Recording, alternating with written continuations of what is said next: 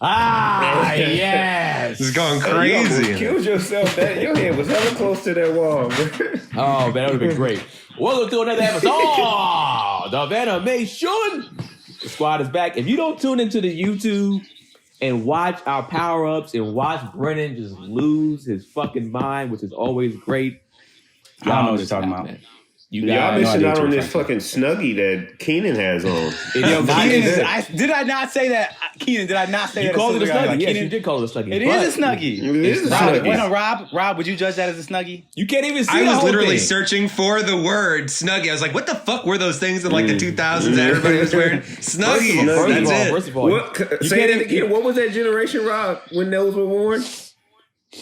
What was it? Like it was like the 2000s. Early exactly. 2000s. Early 2000s. Maybe mid. And what is it now? Hey, Late man, 2020, it looks comfortable as fuck. Oh my god! I will say he's bundled up, cozy. Keenan looks like somebody's on a teddy bear. cold Sunday morning. Or maybe I should say bottom bear. Oh my god! That one came across. what the fuck? Hey, bro, I'm good on this episode, bro. I see. At the end of the day, man. At the end of the day, goddamn, it's not called a Snuggie. It's called a hoodie blanket. That's what it's called. No. Okay. That's called even branding. That is called branding. That's not even phonetically efficient. Hoodie blanket. A hoodie blanket. Doesn't even have his hands He puts on out of the cuffs. but I'm comfortable. He doesn't even have his hands in the cuffs. Right. Oh my god. That is a Snuggie, sir. Wow. You having fun over there, Keenan? A Snuggie, from what I remember, didn't have a back. Like it was almost like a reverse robe. That's how they had it. It was like a hospital smock or something, Yeah. like when you just like open in the back. No, what Snuggie was you playing with? You might be. I didn't have a Snuggie, so I don't know. Wearing backless Snuggies. Who said anybody was wearing it? I said that's what the ones I saw. What are you talking about? You was definitely wearing it. I don't know any backless Snuggies. I wasn't. All right. See, and this took up the time of Keenan wanting to ask us how our week has been. Of course, and look what happened, Keenan. This is what you get for wearing that, Keenan. I don't care. Bullshit. I'm warm and comfortable. That's all that matters. I'm about comfort. I give a fuck about Comfort. what anybody says. I bought my girl one too. We got two. We both got one. Great. So I don't care. Looking comfy. Anyways, this is what I got myself for the holidays. You dickheads. Why your hands look like that? Because I don't have them all the way out. I didn't feel like my hands were cold. He kind of looks like a minor villain in an anime character. Like he's like the one who comes up, think he's gonna throw some hands and gets lit. You look like you killed Cookie Monster and you're wearing his pelt, extra dude. long kind of like outfit. It's He like, had the little hands. He got like puppets and shit. Yeah. Oh my god. Anyways, what you guys? How was you guys' holidays, man? It was good. It was a good holiday. Yeah. Trash. Trash. It's trash. Why is that? Absolute trash. Because I didn't get to see any of my family. That's what the holidays are for me. Is like spending time with my family. I didn't get to see nobody. Like I had to stay my black ass home because of the pandemic. My parents called it uninvited me home. They were just like, yeah, this pandemic, you don't look like you being as responsible as you could be. And matter of fact, you'd have to fly on a plane to get here anyway, and you'd have to quarantine for at least 2 weeks before you could see any of us. So unless you're willing to quarantine for 2 weeks and pay for a hotel for 2 weeks before you even see us, have a good holiday. They're not playing it at all. They're not playing it. Zero game. That's smart though. I don't agree. They're older too. How old are your parents? Like in their 60s? Early 60s, yeah. Yeah, see? Yeah. I feel that. My dad ain't playing that either. I wanted to go see him for Thanksgiving and Christmas. He was like, no, you can stay home. It's cool. Yeah, you good. You got it, bro. It's good. I know what you look like. It's cool. We've seen each other before. FaceTime me, man. So I just FaceTime him. Yeah, I did the same with my family. We had a great time. We played some Mario Kart, opened some presents. It was great. Wait. We did the whole thing. Hold on a second. You did that to your family, Rob? Hey, man. We put it on Teams. Because nobody's beating me. Nobody's just being my family. Did y'all ever play? Come on. Play? Did we have this session yet? No. We haven't done it yet. No, the challenge is still out there. The gauntlet is thrown. I'm not going to let him talk wild in these streets, but I'm not necessarily going to go out of my way to make this happen. I think that's enough. Listen, I'm not bad at Mario Kart. I'm good enough. Rob knows I'm good enough to like threaten him in the sense of like I could win. I just probably he could win a couple won't. races. Yeah, I feel like he could win a couple races. Yeah. Do you play Madden, Brennan? I used to, but it got pretty. It's been the same game for like the past 10 years, and I'm just like I don't care anymore. This is true. Like That's like that's so like if somebody that's if somebody wanted to play, games I can. Okay, so we got to play. I would play you. I'd probably wipe you, but like I haven't played Madden in like 3 really years, no. 3 or 4 years. Madden players are the worst talkers. Everybody's great at Madden until they play somebody great at Madden and then get smoked. This is No, true. I played somebody who does like the micro glitch sacks. Like before that, somebody who's like top in the world. And I was just like, oh, this game is stupid. Yeah. This game is stupid. I mean, this isn't even fun. Yeah, playing somebody that knew how to do that shit is tough. I'm pretty sure they nerfed that. Yeah, I played a lot in the Michael Vick era, and he was just unstoppable in that game. At one point. His QB vision that's was like trash, PS2. Yeah, but still, I mean, Lamar Jackson's kind of there now too. He fumbles a lot. He fumbles a lot though. Oh, he does. Yeah, he fumbles a lot. Like when you grapple him, he giving up the ball. I've just been playing a lot of Madden over the past year, and I've been like quietly smoking people. So I think I'm at the point where like, You're like, I'm gonna talk Dr. Brennan in video games. I'm gonna talk Dr. Brennan in video games. Yeah. Famous last words. Famous last words. Hilarious. You guys get anything? Any kind of gifts that you guys can remember or like? Somebody gave me. Go ahead. I'm sorry, Rob. Go ahead. No, you go for it.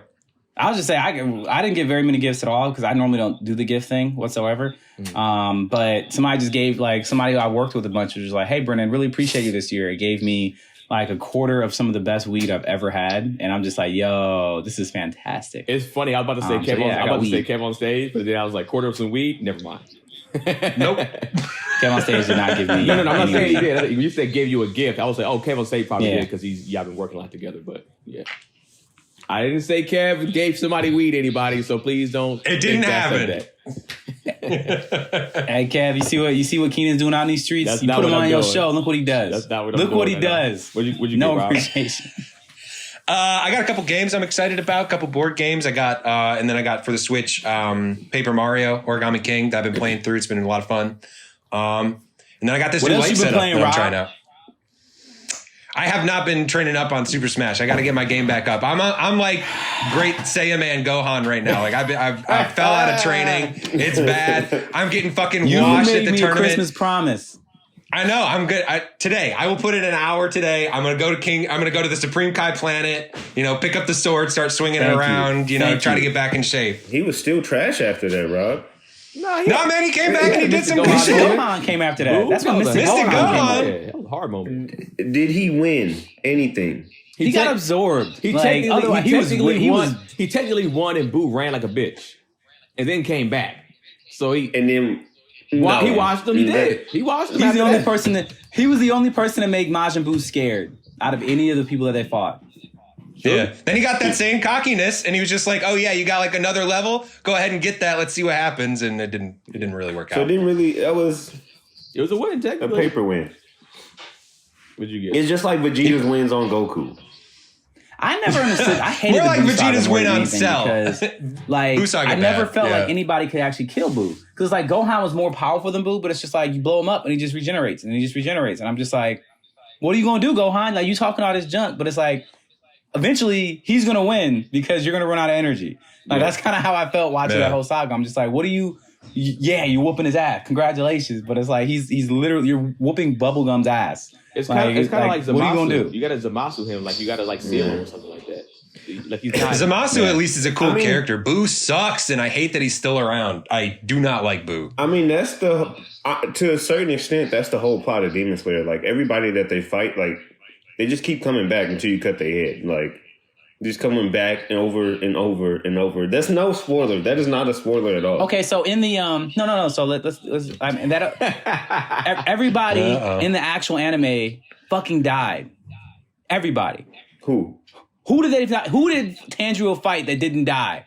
I'm saying that like he has to cut their neck off. I'm saying that's why I said to a certain extent, like they keep coming back and back and back. Like you'll see later on, like motherfuckers just don't die. Like they don't die until certain things transpire. Like, all right, Keenan, what are we here to do, man? Well, I got a few anime shirts. What'd you do? What'd you get, Keenan? I got Janelle bought me a few anime shirts. So I'm happy about that. I wanted to wear them today, but I am a little chilly, so I'll wear it the next time. But never would have noticed. Chilly. So he's got the Cookie Monster skin. It's like a bear pelt. Yeah, I don't agree with what Ice said about. I think that Boo reference is pretty bad, to be honest, because Boo just doesn't die. There's a difference. Yeah, but on several occasions when we've talked about Demon Slayer, we're good. You said this motherfucker just doesn't die. That's a reference we always say. Why are we talking about things that haven't happened yet in the anime? Did we not talk about what will happen? Like, I will end this whole goddamn podcast right now. We did. I will end it. I will literally press the hang up button. Give me my ball. I'm just letting y'all know I will do it. Like, I don't care. Y'all can talk all the shit you want. Just keep saying stuff. I told you, Brendan, that I wouldn't ruin it, and that's my word to you, and I will keep forever. I will not ruin what'd you get Demon Slayer. I got a dope ass Naruto rug from Hypeland. Hypeland didn't get, somebody got it from me, but it's the Hypeland Naruto rug, the big one of him eating ramen. Oh yeah, I put it in the group chat. Yeah. I'm on episode 12 of Naruto, by the way. Still not necessarily impressed at all. Naruto starts off as a whiny bitch, for the record. Not really. What is he whine about? What does he whine about? Not being as powerful as all the other kids he sees. Not being able to be not scared when someone gets attacked. Not being as powerful as Sakura. Not having that girl, whatever that girl's name is, like him. Like, not getting the attention of the village. Like, he literally whines about everything. He did not whine. He just like, yo, this is fucked up. The situation I am in is fucked up. This pain will remind me because I was scared. Where are you at? What's happening? They just fought the Mist Village guy. Zabuza? I don't know, the guy with the big sword. Yeah, him. They just fought him the first time, and he survived. He should have died. Who? The kid threw the things in his neck and then like made him go like almost dead, and then he woke back up. That's pretty much where I'm at. It's a decent part. Again, I stay solid with what I am. I think Naruto himself. I'm just like, this kid annoys me. Like the other kids, other people are cool. He's an Zetsu. No. Naruto ain't scared of nobody. Fade. Naruto gets at it. He ain't been scared of no. One time. What are you talking about? He's been scared of every single fight that's happened thus far. Every time a fight goes down, he freezes up. Oh my god, this is for real. And then everybody else takes care of the shit. That's what he's done this whole show. No. You 12 episodes in. He's saying what happened in the first 12 episodes. All I can say is what I've seen. He's only fought 2 people. And what has he done both times? I don't know where you at. Go ahead. About to give something away, right? Yeah, about to give it away. I don't know where you at. Shut up. Shut up and understand that I'm watching the show you told me to watch. Naruto is a whiny bitch thus far. I'm doing what you asked me to do. You want my opinion? Here's my opinion. This is true. That's fire. This is true, but you the last person to call anybody a whiny bitch, and you like Deku. Like, that's you can't. A lot of main characters start out whiny. I'm not saying. Look, all I'm saying is that he's a whiny bitch. I'm not saying other people aren't. I'm not saying I don't like him. I'm saying he's a whiny bitch, and he's so far. I don't hate him yet. I want him to get it in. I want to see him throw some hands. He just has been pretty much incapable. I think the Ice's point is you love Deku out the gate, and Deku was a whiny bitch out the gate. I love My Hero Academia out the gate. To the point where he almost killed the show. There's a difference. I didn't show up with my Deku shirt on saying this is the greatest protagonist of all time. What I said was I love this show. Y'all gotta y'all have to stop doing Monday. Like, just that's fair. Remember, that's fair. It's on camera. That's fair. Yeah. Okay. Well, you know what we do here? We do one-offs, debates like we were just doing. That's what we do. We talk our shit on here. And we're going to continue this week with Deadman Wonderland, episodes 5 through 8. Ice's picks, directed by Gangsta. One thing that I want to say about this, show before we get into these episodes, is that we are the greatest fucking anime podcast. I can't take these off. I know. In the entire world. Bro, that was the easiest setup ever. If you didn't see that shit coming. I can't take these off. I can't take them off. Like, if I take them off, they just come to the computer and then it spills into the, I can't take them off. Oh, okay. As soon as I noticed Brennan jumping around on the bed, I'm like, oh, he's in trouble today. Like, he can't get rid of those headphones. He's in trouble today. I immediately saw the headphones. I'm like, oh yeah, we're good. But what are those headphones do? You say you take them out your ear, they do what? They're AirPods, so if you take them out your ear, then the source audio will start playing from my computer. Yeah. Oh, I didn't know it does that. Wow. Technical difficulties. That's trash. Anyways, episodes 5 through 8, Deadman Wonderland. Ice's pick. Recap time, baby. Let's get it in, Rob. Recap. Episode 5. Tamaki is finishing up his pitch about his Dead Man Fight Club to Ganta that he calls the Carnival Corpse. He tells him, hey, if you win your fights, you get cast points and candy that'll keep you alive. If you lose, you die. But hey, you're not going to go totally to waste. We'll keep your body parts in this shelf right over here. He shows him some of the losers' body parts that they've kept, some eyeballs, some stomach, some hands and feet. So they won't be completely disposed of if that's any comfort to him, which it's not. Meanwhile, Makina, the warden there, is trying to see the director to go find out more about what Tamaki is doing, but is stopped by 2 pale armed guards that kind of look like Shiro. It's a boy and a girl. They speak at the same time, a little emotion. Inside, we see the director is hooked up to all these like kinds of medical equipment. So yeah, as we've heard before, this guy's not well, not in good shape. But back in the main prison, Yu and Shiro are trying to get back to G Block. Yu so he can get his cast points back. Shiro, though, is just worried about Ganta. Says he's always been weak alone, and leaving Yu kind of confused about like how she knows him from like before they got to prison. And Ganta will need to find strength quickly because he's about to start his match with Crow, his first match in the Carnival Corpse. And they're put into this ring that is like resembles a bird cage, which matches up with all their like bird code names: Woodpecker, Crow, Owl. We'll meet later. And the bettors are all kind of basically anonymously watching on Zoom. Like they're basically all watching this on like a Zoom call somewhere. But Ganta tries to put some distance between him and Crow, starts launching these blood shots at him, but starts to feel the effects of blood loss, which I think we talked about last week. Like, I don't know how good that power can be because, like, if you shoot out enough blood, like, you start to become real sick. And both the crowd and the Crow are pretty disappointed in the lack of challenge he's presenting so far. But Tamaki, meanwhile, he's happy as can be. And his doctor friend they start making plans about how they're going to dissect Ganta to get at that red crystal he has in his chest so that they can study it. And things are getting worse as Crow is able to slice down the tree Ganta's been hiding in, and like starts slicing at him with his blood swords, causing him to bleed out even more. He's laying on the ground and he's got this flashback where he and Shiro are playing as much younger children. So he starts to remember her. Shiro's frustrated because he's not as strong as her, but, then at the present day, she says, like, the best thing about Ganta, though, is he always got back up. And he does the same thing in the ring, using his bloodshot to distract Crow. He shoots this, like, thing hanging from the ceiling. As it drops down, that allows him to get in close and get in another, like, shot to the chest where he'd hit him before, and it's enough to knock Crow out, and Ganta wins his first fight. And as he's recovering, he's got his giant, like, Publishers Clearinghouse check, like in his room. He's hanging out. He's got his life-saving candy.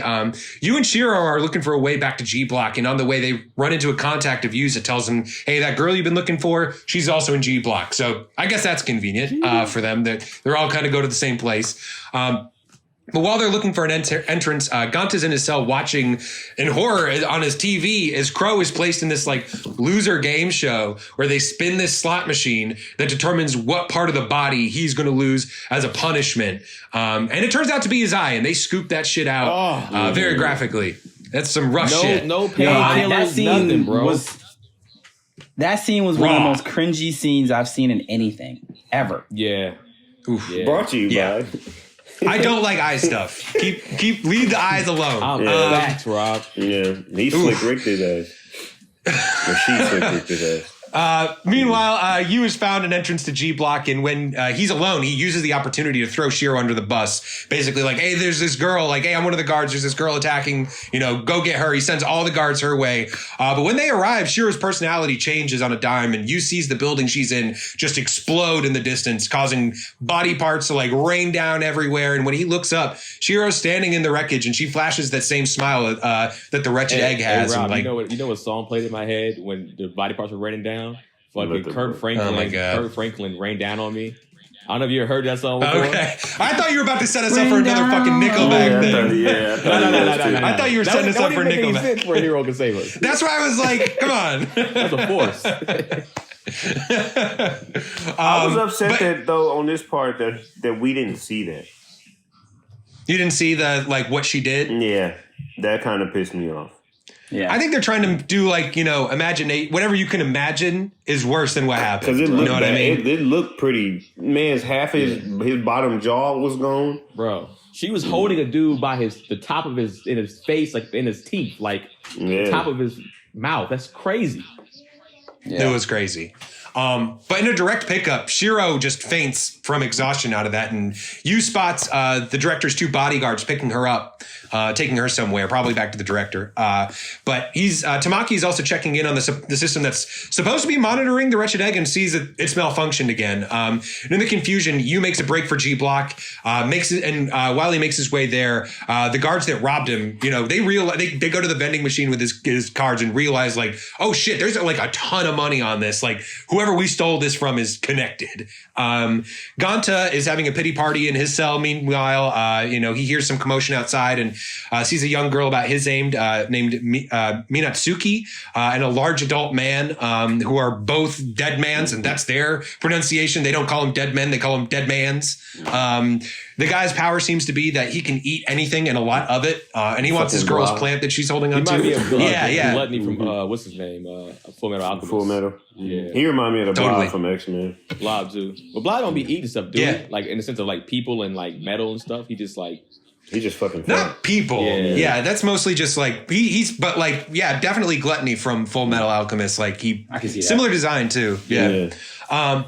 But Ganta steps in and they escape back to her room, which is just like covered in flowers. And as they talk, Minatsuki says that she saw his match, but she doesn't want to fight or hurt people anymore. And Ganta starts to crush on her, and she definitely notices this and absolutely leans into it. Starts kind of like undressing, showing him her scars and telling him about like her sad life. Like, my mother, I lost my mother to the red hole, and I was living under this abusive father until she snapped and accidentally killed him with her blood powers. Air quotes there, accidentally killed him. She was sentenced to death, and now her brother, who believes she's innocent, is trying to get her out. And we see in the flashback that it's Yu, her brother. She is Yu's sister. So after she accidentally, again, air quotes here, accidentally flashes Ganta, he's ready to run away with her together. He's immediately like, hey, let me save you. He saw a titty at 14, 15. You see a titty, you like, wherever you want to go. I'll do anything. I gotta get out of there. Let's go. He's ready to pack his bags. Even if he wasn't a dead man's with no powers, he still would have tried. Yeah. He would have tried something. Yeah, 100%. They try to get out, but they don't get far. And when the guards find him, Ganta finds out that he has to face Minatsuki in the ring. Her code name Hummingbird. She's his next challenge. Elsewhere, Tamaki visits the director and kind of gloats that soon he's going to have control of the entire prison. And the director is kind of just like, man, you don't really have control of anything here. And the next day, the match between the kids is on, and Ganta soon finds out that Minatsuki isn't as sweet as she pretended to be. Bruh, that flip? She flipped. Crazy. Like, she went from like the sweetest, nicest girl to like, I'm going to kill everything around me. Like, and just like this. Man. That was hard. Yeah. She rubs his feelings for her in his face, while she just happily is like picking him apart with her blood power, which is connected to her hair. But before long, though, go ahead. I just want to say, because I watched this dubbed because I wanted to see how different it was.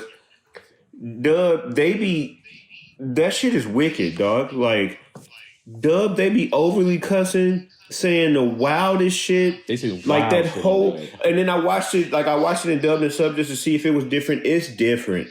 Like, it's different. Like, they don't, like, they just be overly cussing. She was like, yo, I'm getting wet right now about how you, I was just like, she said, shit. You fucking, and I, excuse my French, she said, you bitch ass cunt. I will, like, why are you such a bitch? Like, she kept calling this man a bitch and, like, soft and pussy. Like, I was just watching it like, this is nothing like the sub version. Nothing. I might have to switch over. That sounds fucking crazy. Yeah. I try to tell y'all, man. And this particular one, and the voices are good. They're really good. The actors did a really good job. Cool. Only thing is, they made, got to sound like a little bitch in the dub. The sub, he don't sound that bad, but in the dub, he's like, yo, and just real quick, I know you're gonna get back on Rob. Just to add to the reason why he said that, I checked out the voice actor. This motherfucker's almost 50-something. He's almost 60-something playing that voice. Yeah, he's 50-something years old. Wow. It's like he overly did it. Yeah. Because I was listening to that, I'm like, this person's not a young person. This is an old motherfucker trying to be young, and that's exactly what it sounds like. Overcompensated. Yeah. Go ahead, Rob. This sounds quite interesting. Yeah. So yeah, they're fighting in the ring, but before long, though, Yu actually appears outside the ring and like demands for the fight to stop. And Tamaki's just like, "Oh, this is great! Like, people love the drama." But Minatsuki, tries to kind of pull like a Rise of the Shield hero thing, tries to turn like Yu against Ganta, saying like he was the one that tricked her. But Yu catches on to the trick pretty quickly actually, and realizes like you did kill Dad. Who it's like he had convinced himself that he had killed the dad. It's like kind of unclear, but he's just like kind of says like Dad was innocent. Dad didn't do anything to you, because they kind of have like a flash where like it seemed like maybe he thought that Dad was like sexually abusing her, but then he's just like in the dub is. Did they clarify that in the dub? So in the dub, what kind of happens is he goes pretty much. I thought I killed Dad because I blacked out. So pretty much he's saying he saw his sister getting sexually abused. So he did the shit. Oh, okay. Yeah, he blacked out. Well, he thought he blacked out, and then he woke up from the blackout, and he was dead. But then he realized it wasn't him. He just blacked out, and his sister was the one that did it. Yeah, because he charged at her with a knife. Yeah. After she saw him, because that was in there. her naked. But he wasn't like oh, I did that. He was kind of in the dub. He's kind of just like I blacked out, and then actually I realized it was you. It wasn't like some like oh shit. It was kind of like hey. It was. He's like, I already knew. I just love you either way. Yeah, pretty much. Yeah, he does. I will say that their parents, both of them, are garbage. Garbage. This is one of the first accounts of a trash mom. Yeah, trash. Absolutely. Mom was fucking awful. And the anime she was like, "Give me these flowers." Bro. Anime parents. No. There's a difference because moms have been okay in anime thus far. Like dads are the trashest of all time in anime. But this particular, I think Ice is onto something here. Name another trash anime mother. Bakugo's mom. I think that's arguable. She's an enabler, but she's not really trash. She's not really trash. She's there for him. She shows up for like the family meetings. Like she obviously loves him and does her best for him. There's no question about Verbally that. abusive. Like, I mean, low-key Todoroki mom threw fucking hot water on his face. That's horrible, dog. She scarred him for life, That's man. tough. That's terrible. Boiling I like how hot it's water. two from the some anime though. The same anime. Like, it's like, but all right. I mean, but Deku's mom makes up for both of them. Man, fuck. I mean, I didn't see it. I just was listening to your guys' episode on it. It sounded like there might have been some trash moms on Promised Neverland. Promised Neverland. Mom is mom. She's not mom. She's But an orphan. She's She's an orphan. No. We don't know. She's technically one kid's mother. Yeah, Ray's mom. Oh, Kenan! Wait, he hasn't seen it. What are you guys doing? I listened to the episode. I listened to the What are you episode. talking about? He already knew. That was the joke that he kept saying, and I kept saying Ray. So he knows that it's his mom. I listened to I listened to the recap. Don't worry about it. It's all right. I'm just saying we should give spoiler alerts. Spoiler alert! I'm saying it's spoiler alert. That was a spoiler alert. Put this at the beginning. I'm sorry. Mark the time You code. just went in. She got a high school level, like the fact that he was like got high school was good until the end. Like there hasn't been trash moms up until now, but she kind of just did it for all of the trash moms moving forward. Like she just ruined it for anime moms moving forward because Trailblazer. How the fuck? It's one thing to leave your kid. She would have been trash for that, but you take it to another level when you had the opportunity to save your kid or a plant.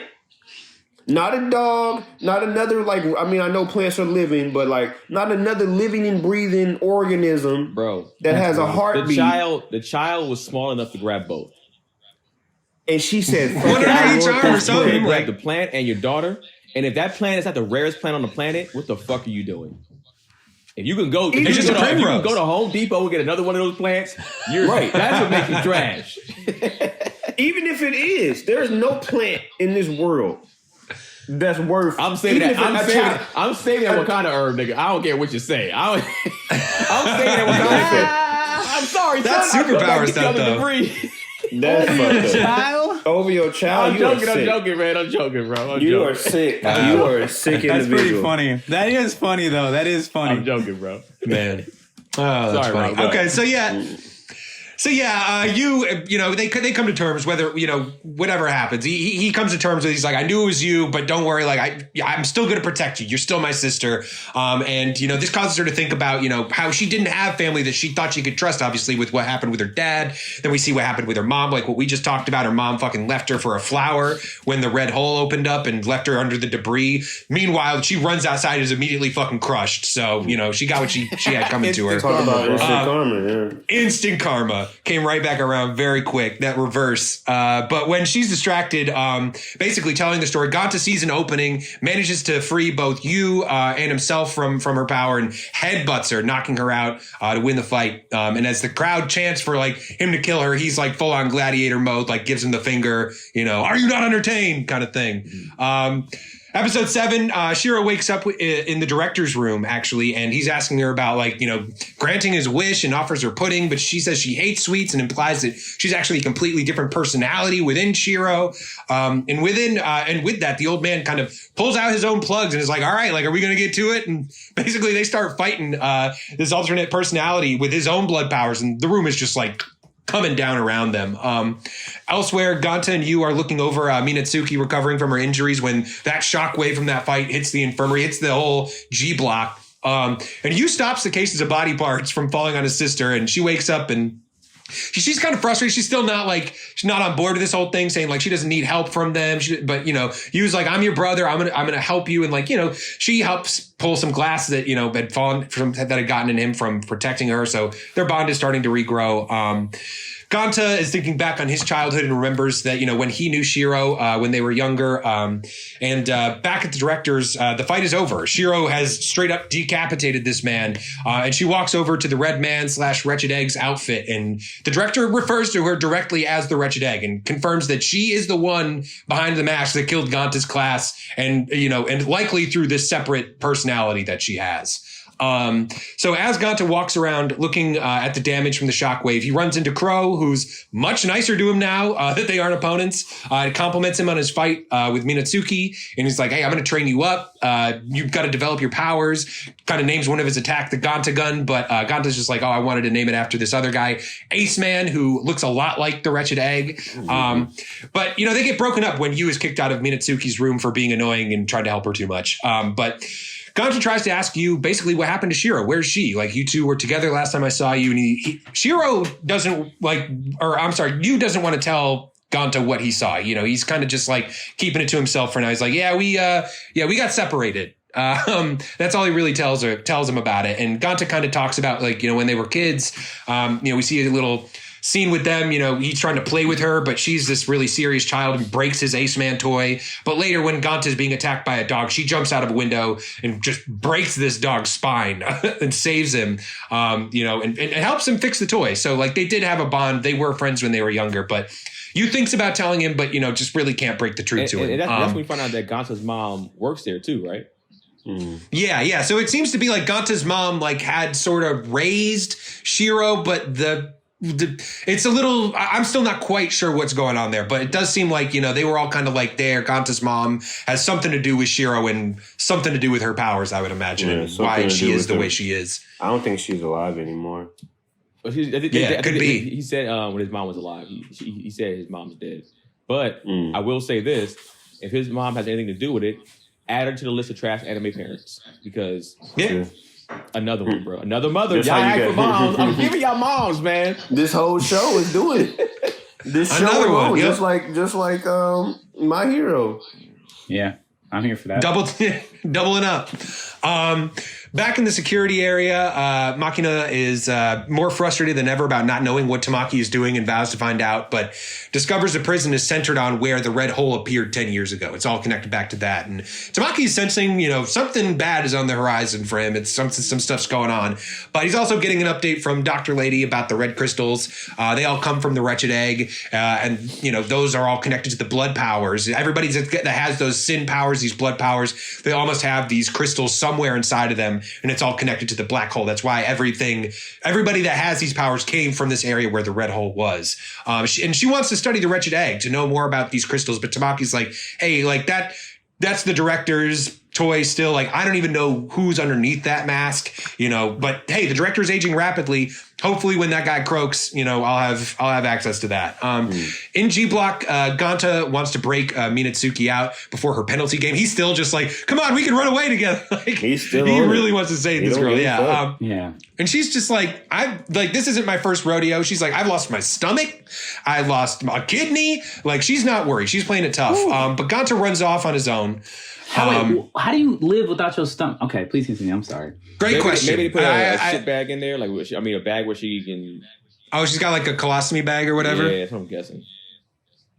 No, but you don't have time. You have to be able to digest the stuff. Like if your stomach doesn't actually digest and break down the food, then your intestines won't have the ability to absorb the enzymes and the things you need because it wasn't broken down. So if you don't have a stomach, then you can't actually take the nutrients from the food. People, you know what I'm saying? I feel like people have lost their stomachs or something like that. Maybe I'm wrong. No, you can get a much smaller stomach. You can get a stomach surgery where your stomach gets reduced to like the size, like very, very small version of the stomach, but you still have to have a stomach.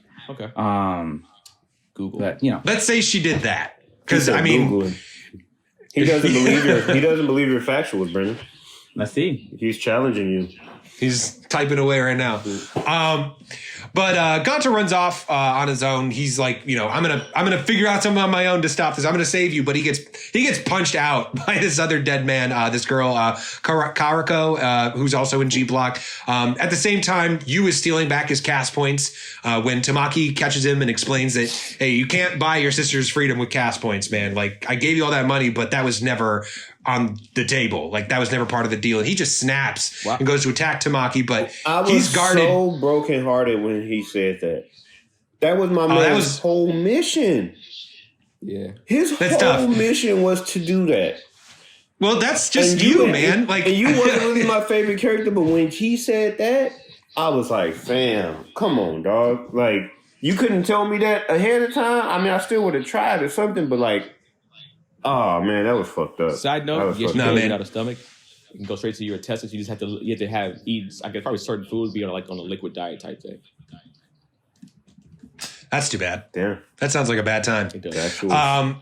But yeah. So basically, that's what happens to you. Is he just catches L's and he catches another one here because he tries to attack Tamaki, after finding that out. And he's got this literally a super monk, he calls himself, this guy Azuma, who kicks the shit. He kicks the shit out of Yu one more time with this weird gun that fires like air blasts. We don't really see the whole thing, but he catches another L right there. Ganta wakes up and Karako is apologizing, saying, hey, I was just testing you. She introduces him to Nagi, this other dead man, codename Owl, who leads the resistance within G Block that's known as Scar Chain. They're basically trying to unite the dead mans in G Block to rebel against the prison and break out. And they want Ganta to join. They saw his last match. They saw that he's not necessarily about this. So he says, but Ganta's like, I'm in a hurry. I got to stop Minatsuki's punishment. But Scar Chain has a surprise. They use some of their spies to rig the game. And Minatsuki only has to lose her hair, much to the doctor lady's chagrin. She's not happy about that. She starts freaking out. But the celebration is pretty short because this guy, Azumi, that we just saw shows up with the injured Yu in his hand, like throws him in and just starts shooting up the room with his air gun. And Yu's just telling Ganta to run. But he attacks instead, and Azumi just easily brushes that bloodshot away and takes out his ultimate weapon, a sonic like guitar thing that has got like some crazy air blasts on it. And in the last episode, just before Azumi can attack, any Cowboy Bebop vibes from him at all for some reason? A little bit. Or Samurai Champloo? It's more from who? Azumi. Did you get what they were called? They called the Undertakers. Did they say that in the sub? Yeah. I think they talk about him in like because they get into these guys when they're kind of going through their like briefing, like. But Shiro does attack. She like kind of kicks her, just like always. Appears from out of a vent. Breaks this dude's guitar like right in the nick of time. Or some shit. Yeah. But Azumi leaves, promises to be back again. Nagi then takes them all to Scar Chain HQ to eat, get patched up, introduce them to the rest of the gang, including their hacker that helped Minatsuki in her game, this guy named Bundo.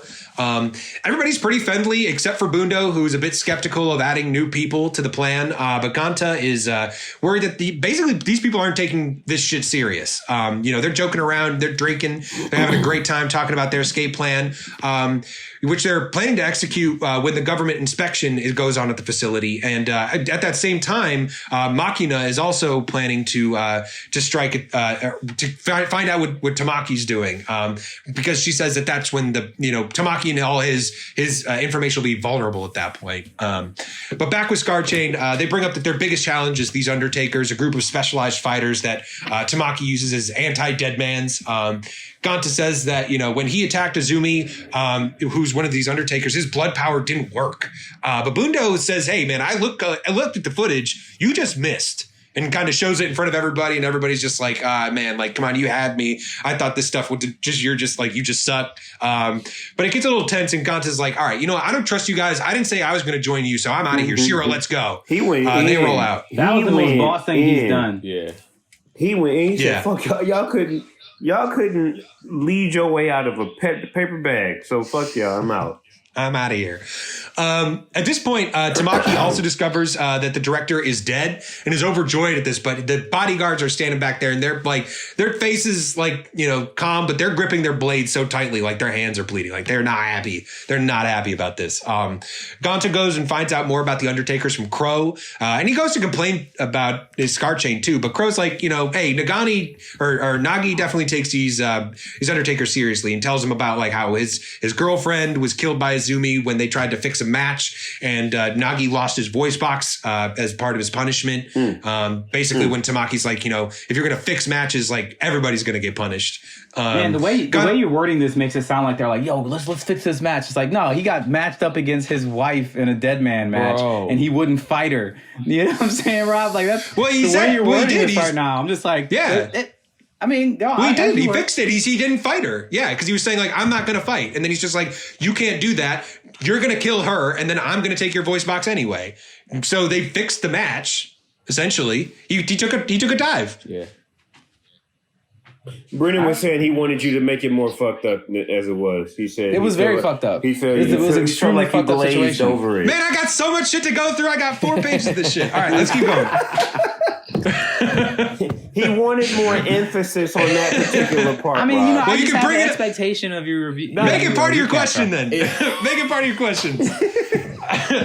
But Ganta goes back and he sees that Nagi's hanging out with Shiro, and he's just like, he apologizes to him. He's just like, sorry. Like he's kind of just surprised that Nagi is like doesn't want revenge, and he's just like, man, like I've been through enough. I don't want revenge. I just want freedom, and I just want to go find my child. He said he and his girlfriend, his wife, they had a child that was taken from them. They think he thinks it's probably out in an orphanage somewhere, and he wants to get free so he can go find his child. Was that enough? He's in fucking Rob is petty as shit, bro. Was that enough, you little Was that enough? bitch? Was that good for you? Was that good? Plot twist, his kid is at Unpromised Neverland. Oh my God. Oh, wow. That'd be terrible. Fuck, man. That night though, Ganta asked Shiro like what she wants to do when they escape, and she wants to ride the big Ferris wheel that's out there. That's her big goal, and he promises that they'll do that. Meanwhile, Azumi is practicing his guitar when Bundo, their hacker, shows up and tells him the whole plan. He tells him everything's going everything's going exactly how we planned it. Just like a little bit of changes, but don't worry, I got it under control. Always fucking one person in the blonde resistance hair. A fucking snitch, man. The blonde hair dude from He wasn't blonde. High He School. was No, I'm saying from God High School. It's the blonde hair. Oh, okay, dude. yeah. There is always one. Robert Yeah. giving me that energy too. He wasn't. You're beefing with Brennan, not me, sir. I've been called a ghoul on this show. But the Scarchain crew, they're watching the news about the government's inspection of the Deadman Wonderland when Ganta reappears. He apologizes and like, hey man, like I'll be a part of your club if you'll still have me. But Shira also shows up and she's like, if you're going, I'm going. And Ganta doesn't know what she can do, so he tells her like, no, you should stay behind and we'll come and get you. We'll ride the Ferris wheel later. She should know. He should know though. He should a couple times. She kicks that bird out pretty hard. Yeah. But she heads off That happily. makes sense to me. Go ahead. Yeah. But she heads off happily when Karako is just like, oh, yeah, he must like you. And she's like, oh, he likes me. And she heads off. And she's happy as can be with that. Nagi goes over the plan with Scar Chain, kind of telling him, we got to find this evidence of Tamaki using the dead mans to fight each other. With that, hopefully we can kind of turn public opinion against this place and hopefully earn all our freedom. We'll see how that goes considering all of them are death row inmates. But, hopefully they can get out of there. That's their plan, earn their freedom with this evidence. Maybe showing maybe they've all been framed, kind of like Ganta was. But they start their prison break, and while Bundo and Nagi are taking the control room, a group of them try to make a run for it into the main prison and are followed by one of those murder bots from before, which starts like spitting this like hot oil all over the place, just melting one of these dudes and starts destroying the bridge. Man. And as the bridge gives way, Karako gives Ganta the drive that they need to get the evidence and tells him like, just take this and just go. And she sacrifices herself, staying behind so she can hold the bridge together as the others escape. I like that robot better than the first one. It certainly seems to be more useful. Yeah, that first one was a joke. Bro, they didn't have to show this dude fucking melt. Melting. Man. Hot. Burned. Was that the end, Rob? Yeah. That's the end. That's all I did. Rob, wrap up, man. Thank you as always, Rob. You pulled through. We interrupted you a few times, but I feel like those were funny you moments. 5,000 out of 9,000. Yeah, it wasn't apparently not my best. Say anything. I can't. Hey, Brendan, I can't wait till your next factual actuals. Rob's gonna be on your ass. But what about the third writer, huh? The best one. He had the most impact on the scripts. I'm just saying, like, I don't know if I'm ever gonna have a banger like this one, the last episodes, because that was just too much fun. Last week was too much fun. Just like, yo, like, Gangsta's director, our basement has returned. Thank you, Ice. This is not an audience pick. Yeah. You brought him back. Hey. All right. At the end of the day, all right, we're gonna get next to the questions, man. The question portion of the show. All right, first question. This is a pretty wild anime so far. People out here losing their body parts, man. If you had to lose a body part, when would it be? And what would be your last choice? So when would it be if you had to choose? And what would be the last thing you would want to lose? Rob. So if I had to lose something, we're talking like a body part, I'd probably go with a leg because prosthetics are pretty good. Yeah, I feel like you could probably get a pretty decent prosthetic leg. I don't want to lose a hand because I like video games too much, So I'm thinking like at least with that, I could still walk around. You can get a wheelchair. Maybe play murder ball or something like that. Like you can still get some exercise in with if you lose a leg. But I mean, as far as like not losing something, I mean, there's an obvious one for all of us, But I would say just to go kind of outside of that, I would say my hand because I mean, even my left hand, like if you're hand down, like there's so much that you just lose the ability to do. Like even like if we wanted to play video games or something like that, like all you got's your right hand now. So I mean, that's what I'm going with. It would be the same result. In Smash. If you're saying you had one hand, he's saying in Smash. You could beat us one-handed? No way. No Brennan way. is on your head today, Rob. I don't know what y'all did prior to this. I don't know if y'all agree. Nah, he disappointed. Rob is disappointing me. He made me a promise. He made me a promise. I said I would train. Right. I didn't say a time and a date I would get it in. I just said it would happen. The commitment this game takes. You know. It does. It takes a lot of commitment. I'm struggling still. It's true. No, Keenan, I'm proud of you. You're doing a good job. But I'm kind of slightly better, but Rob. Well, that's my answer. I'd lose my leg. I wouldn't want to lose my hand. Brennan. So, I mean, they're losing body parts that are like voices. They're losing stomachs. They're losing hands, arms. I'm going to go ahead and say, since I still have this body part, I'm going to say they can either take my appendix or my tonsils. I don't need either one of them.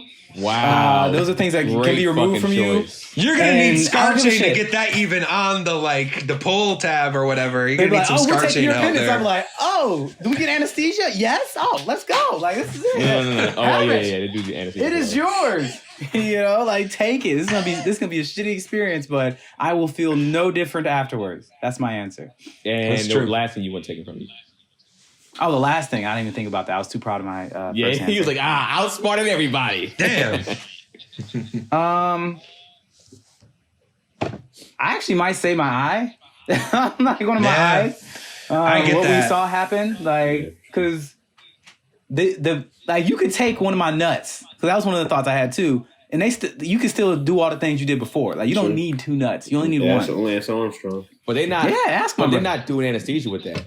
So they pulled that. No, they did it. She said there's certain things that do anesthesia and certain things that don't. That nut so probably getting I'm pulled not, off, bro. I'm not worried about the anesthesia side because that's a short experience of a feeling. I'm more worried about what life happens after that. And so, like, the long-term effect of it. So, for me, it's like, I can deal with anything for a short period of time, unfortunately. I've had to learn that before. But for a long period of time, I don't know. So, I'd say probably the eye. That's why it hurts so much watching it happen, because so many things happen when you don't have an eye. Number one, your depth perception is forever changed. You lose an entire ability to sense this whole side of you visually. And you look different. That's the other big thing is like, yo, your whole experience of somebody seeing you, or like when somebody has a fake eye that doesn't follow the other eye or has like a hollow spot there, it's like doesn't matter what you're talking about. It doesn't matter what the rest of you looks like. Nothing else matters. This is the only thing I'm thinking about the whole time we're talking. Moly. Yeah, straight up. And I mean, and you know, like and the thing is, that's why like the advent of the eye that follows the other eye is one of the most amazing things ever. But all I'm saying is that like, you know, it's a distraction. You know, it takes away from every interaction. And that's what people are going to know you for. Oh yeah, that one eye dude, Fetty. Oh, like Fetty what? You know what I'm saying? Like that's what everybody knows you for. That's what you'll be known for. So yeah, baby. Yeah, nice. My ear would be the one that they can take. Go ahead and take it. And I got a fro, so like you can't even see my ear right now anyway. So I'm good. You know, I think that would be. Don't end up like me. Don't end up like me or Keenan. And then and bald. That'd be terrible. That'd be terrible. That would probably be one too. I wouldn't want to lose. That's my least one. That's my least one. I don't want to lose my hair. You would rather lose a nut? You would rather lose an eye than your hair? My hair is my strength, man. I'm Samson, dog. If my hair goes, everything else goes. So right now, somebody walked up with you with like an eye scooper and some clippers. You'd be like, take the eye. Go ahead, Slick Rick, baby. I think it like this. I think probably like my hair gives me my chicks. My hair gives me all this opportunity. And if I lose it, I don't have those things anymore. Eye patch, afro combo. Come on, bro. I'm casted. I'm casted in everything. You're a type now, for sure. Easy. You're a type already with the afro, but yeah. Easy. I'm already getting stuff off of afro. Afro eye patch combo. Come on. I mean, I didn't have anything, but Brennan put it into a good perception of like a tonsil or something. Like tonsils is great to just get that out the way. I was gonna say my beard, you know, because you know they did hair, they did do hair on there. But you would be so hurt if you woke up without your beard. No. Here's the thing, I know you would be hurt. They said it ain't gonna be that. Just because you're losing your hair don't mean it's gonna be an easy process. We're thinking shaving. What if they pulled every strand out one by fucking one? Oof. That'll be a terrible process. They would have to do more than a strand. They have to grab a patch and just pull. Because a strand, the strand at a time doesn't hurt that. But bad. like you grab and patch and just little patch here, here and there, that would be terrible. And then the least, I mean, besides the obvious, like Rob said about the, you know, just your dangalang, I would say my tongue, man. Like, losing your tongue, you can't fucking taste shit anymore. You can't really speak anymore like that. No. Bro. And then the fact of taking it, like if you're not under anesthesia, they're not gonna probably do anesthesia for that. But they might get a thing, cut your tongue out. You can't pleasure your lady anymore. You can't. I mean, you can, I guess, with your lips, but. You just motorboating it all the time. Yeah, you gotta. I can see somebody girl using that against them when they get mad at him. That's why your ass ain't got no fucking tongue. Brandon's like, I'm out of here, bro. I'm ready to go. I'm ready to go home, y'all. Like that took me home. I'm done. All right. Next question. Have you ever gotten any unnecessary surgery, Brennan?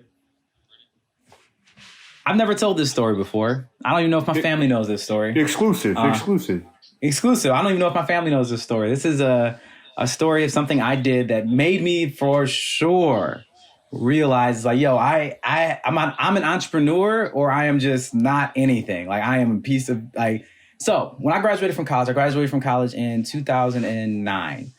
which is in the beginning of 2009, which was one of the worst times you could graduate outside of a pandemic, which we've now learned. But if you guys don't remember, there was a market crash. And so the only job that I could get with my political science degree, which I didn't even know what I wanted to do, was to continue to work for Walgreens. So I worked for them while I was in college as well as a pharmacy technician, and then became, as I graduated, a store manager. Pretty good money. Yeah. And they treat their employees right. They do a good job. And I was working and I just started getting this crazy pain in my shoulder. And it only happened when I was at work, and it was bad. It was like really bad all the time, like super bad. And so to the point I was like, I got to go to the doctor. Like, I think I hurt myself moving some of these boxes because I was doing all the heavier stuff because I was a young guy in the store. So I was the one doing all the heavy lifting and everything. And bruh, like I went to the doctor. They're like, man, we can't really see anything's going on, but you have a weird growth. The way your bone grows is weird. So there might be something that we can't detect, but you should probably just deal with it or whatever. And I was just like, but it hurts. I don't want this to happen. And I pretty much had a doctor who wasn't the most, I'd say, ethical. Back alley doctor, like, bro? No, it wasn't like a for real facility. Like, it was like, giant building, brand new stuff, giant medical staff, all this kind of stuff. Back alley building. And he was just like, he's like, yo, man, like, we can, like, you might have a rotator cuff tear. We can't tell from these MRIs and these things, but the only way to really know is to go in there. I don't know if we should do that or not. And I was like, I think you should, because I was like, I don't want to go back to work. I don't want to go back to work. I don't want to go there anymore. Too? It hurt pretty bad. It was pretty bad. Come to find out, nothing was wrong with my shoulder. Did get a shoulder surgery. Absolutely nothing was wrong with my shoulder. And it was actually stress.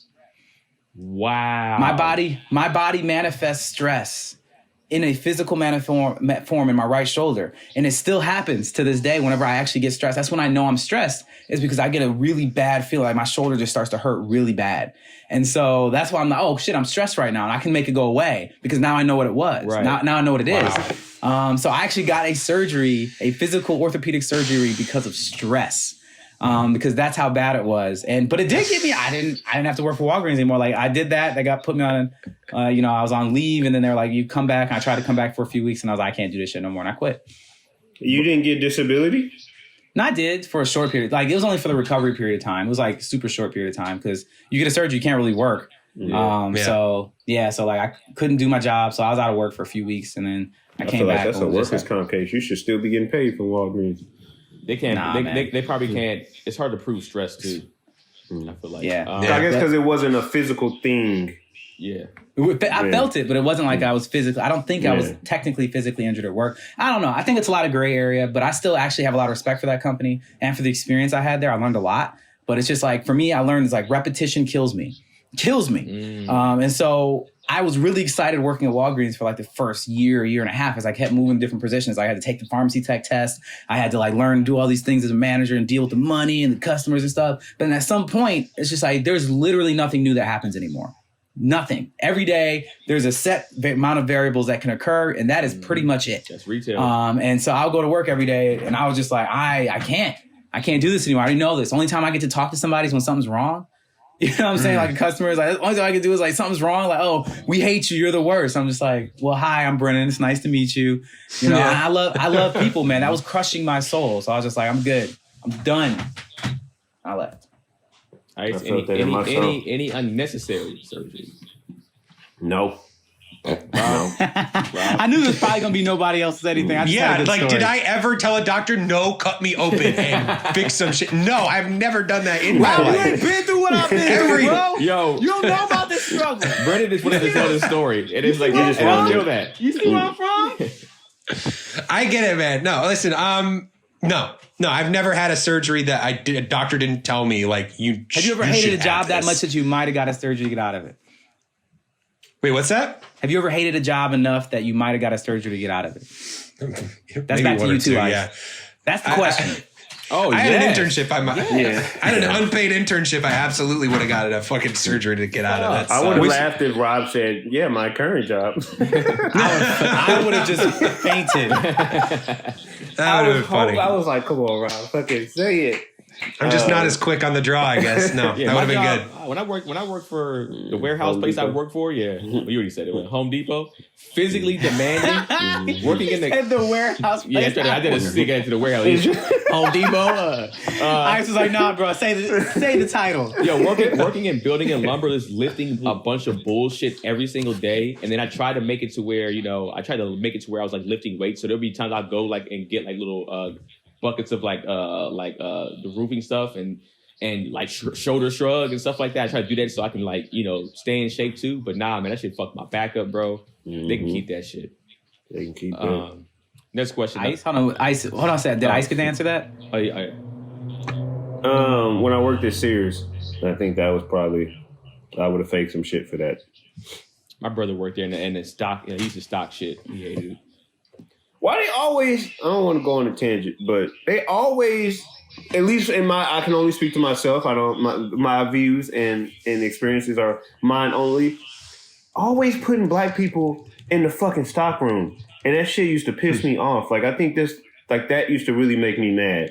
And I feel like there's a Kanye West song. I feel like there's a Kanye West song about this. Yeah, I've been working this grave shit. Well, I think my brother shit. he applied. He used to work at McDonald's. I think he just applied for stock. I think he actually paid more than on the floor. So I don't think he was necessarily tripping. But he didn't work there that long. Stockroom, you got it. But stockroom was cool though. Like. Yeah. It's cool. I mean, I worked in receiving at Home Depot. When I got back there, I didn't like it, but I didn't have to deal with customers that much. I liked it better back there than any other position. I liked it. I like truck days working at Walgreens because it's just like this day's gonna go fast. Mm-hmm. Yeah, I worked in receiving for a few years. It's awesome. I feel like you got to be a special person to do that stuff though. Like, man, it's just for me, it's manual labor. Yeah. Some people like manual labor. Like a lot of people like manual labor. Actually, I personally do not like manual labor. I'll do it though. I've done it enough where I'm not a fan of it. Bro, I was highly skilled on the forklifts. Like I was literally a certified trainer. I trained everybody that would come into the store. Assistant managers, man. Could you make it do a wheelie? A wheelie? I mean, the forklifts that we had wouldn't do wheelies the way they were. But on the reach, the slip sheet, or the regular sit down forklift. We can't get in there, Keenan. I got it. Relax. Managers, call Keenan. I got it. Say no more. Keenan comes up like, he's like just come like drifting around in the I did used to do donuts a lot in there. I used to do donuts a whole lot. They call him on his day off. Hey, man, we need you.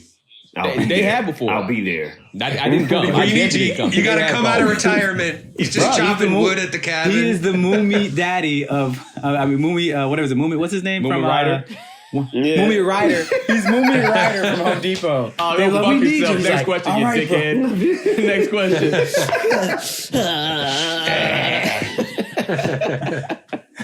All right, next question. The Wretched Egg is a trash name, huh?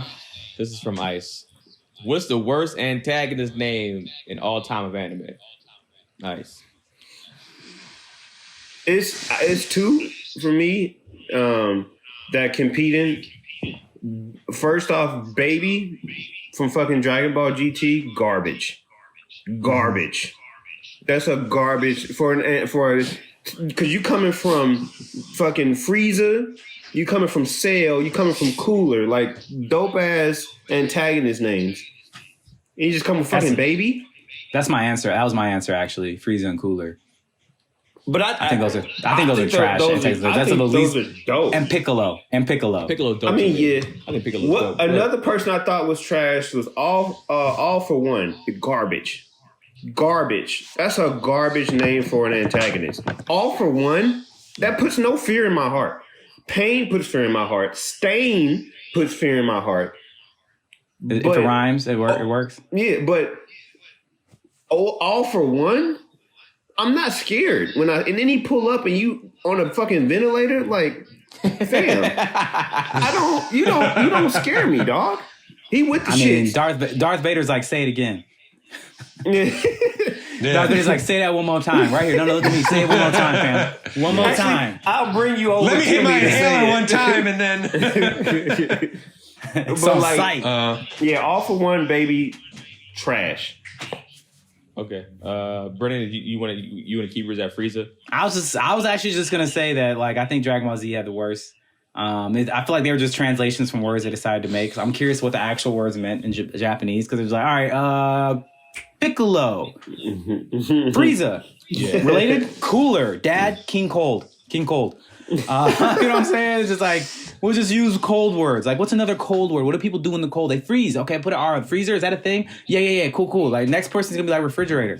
I think that is like some of the least creativity I've seen in naming. I actually like All for One because it's a Three Musketeers play in the sense of all for one, one for all.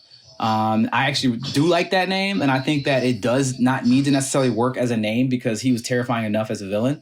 I don't think the name actually makes the villain at all. I think he does. I don't think so. I personally don't think so, because normally if the writing decides to have the protagonist and the fodder say the villain's name consistently, then that's what's up. But it's like, you can even look at Harry Potter. Like, motherfucker's name was he who will not be named. Like, his lack of a name was scary. You know what I'm saying? But that's still a name within itself, because it's the mystery. But his name wasn't scary. Voldemort is not a scary name. But it's the mystery of the name. That's different. What's the mystery of Frieza? Like Stain. What's the mystery of? I'm not saying him specifically. I'm talking about that name made him. Stain is a hard ass name. If Stain was the name of Gentle Criminal, then Gentle Criminal would have been dope. Damn, you know Gentle Criminal, that would have been a good one. Yeah. But I'm saying that's the thing. Damn. Names make people. No, they don't though, because if Stain's name was Gentle Criminal and he still did the exact same thing, you still be like, Gentle Criminal goes hard. I don't know about this name, but he go hard. He's a dope ass fucking villain. But you already kind of thrown off because it's like, who is like Gentle It's about Criminal? who they are. It's not about what they're called. Like, a rose by any other name smells the same. Ice. A rose by any other name still smells the same. But still, no, it's different. Like Pain from Naruto. You will know Pain. Like, that's a dope. Like, who is it's a this? dope name, but it doesn't change that this is the dopest character of all time. It's like, okay, and he has a cool name. It's not like, yo, the name made him. If it wasn't for the name, I wouldn't care. You even said, hey man, I don't even watch Naruto, but this Pain dude, I feel like I'm gonna like him. The thing is, it's not about his name. It's about, in every meme, motherfucker seems like he destroys the fucking planet. Well, it has nothing to do with his name. I will say, to me, a name can kind of add to it. Yeah, I agree with that. I agree with it. It doesn't make or break it. Like a dope ass name. If, like you said, if Stain's name was just like, if Stain's name was right? that's not. It's a sound effect. But if that was his name, I'd be like, dude. I was like, why? I said, why? What was that? What was that name again, Keenan? What was that name? Like, oh, here goes like that. Like, you understand? I'm like, oh, that puts God. no fear in my heart. You can be coming to chop my head off, bro, and be the coldest antagonist ever. But if your name is fucking Keenan Moanin, like, I'm good. Keenan Moanin. I'm good. I'm roasting you until my death. I think a good name. I think a good, because at first I didn't like Cell for a long time, and then now I kind of like Cell because it all makes sense, of course, for him being Cell. But it's like now that maybe because I watched how dope he was, he actually added to the name himself to me. He made the name kind of dope because he was with the shit. Yeah, Rob. So what was your pick? Man. What was your pick? I mean, he said Frieza, Cooler. He said a bunch. No, I'm talking about. Oh, you picking Rob next, and you haven't. Yeah, I didn't go. Okay. Honestly, this is one of those times when somebody's just like, I read a ton of books. They're like, oh, what'd you read? And you're like, and I feel like I totally fucking blanked on this one. Yeah. But I'm gonna dive in and just like add to the laziness of the namings for the villains on Dragon Ball series. They've been doing androids since Dragon Ball. Like there was Android 8. And then they just slap another number on that motherfucker and it's like, oh, okay, I guess he's stronger now. Like to the point where like even Fighter Z has Android 21. Yeah. They're just like, all right, just make another android and what number are we on? Fuck. All right, it's that one. And that means nothing to me. That like, I like with I say like, that doesn't make you afraid of them. Like that gives me no scale of what that is. Like, is that a lot? Is that a little? Like even sometimes like you look at power level scales, it's like 16 sometimes gets put way above like 17 and 18. So what does that even mean? I would say those are pretty lazy names. So I'm going to say Baby's a good pick. Baby was a good pick, but I think Baby was the androids is pretty late. But the androids are lazy names. Only reason why I don't necessarily, I mean, Baby's bad, but I guess I don't necessarily hate it because his look was also like a child, I guess. until he acted like a kid until he got into you. So I mean, it makes sense. I would even say with somebody like Boo. Like Boo is a kind of a low key trash. Boo is trash. And then when I Bibbidi Bobbidi, like come on, man. Bibbidi Bob, Bibbidi. Oh, that's terrible. Those are good ones actually now, Rob. But I would go with. That's a really good one. I would go with. I thought this goes to being lazy. I thought Father was lazy in Full Metal Alchemist. True. I can see that. I was just like.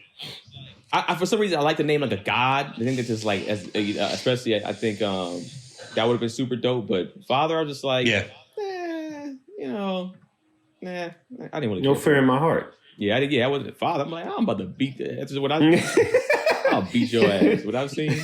It's gonna trigger me. That's all you're gonna do with me. I'm triggered. So would you?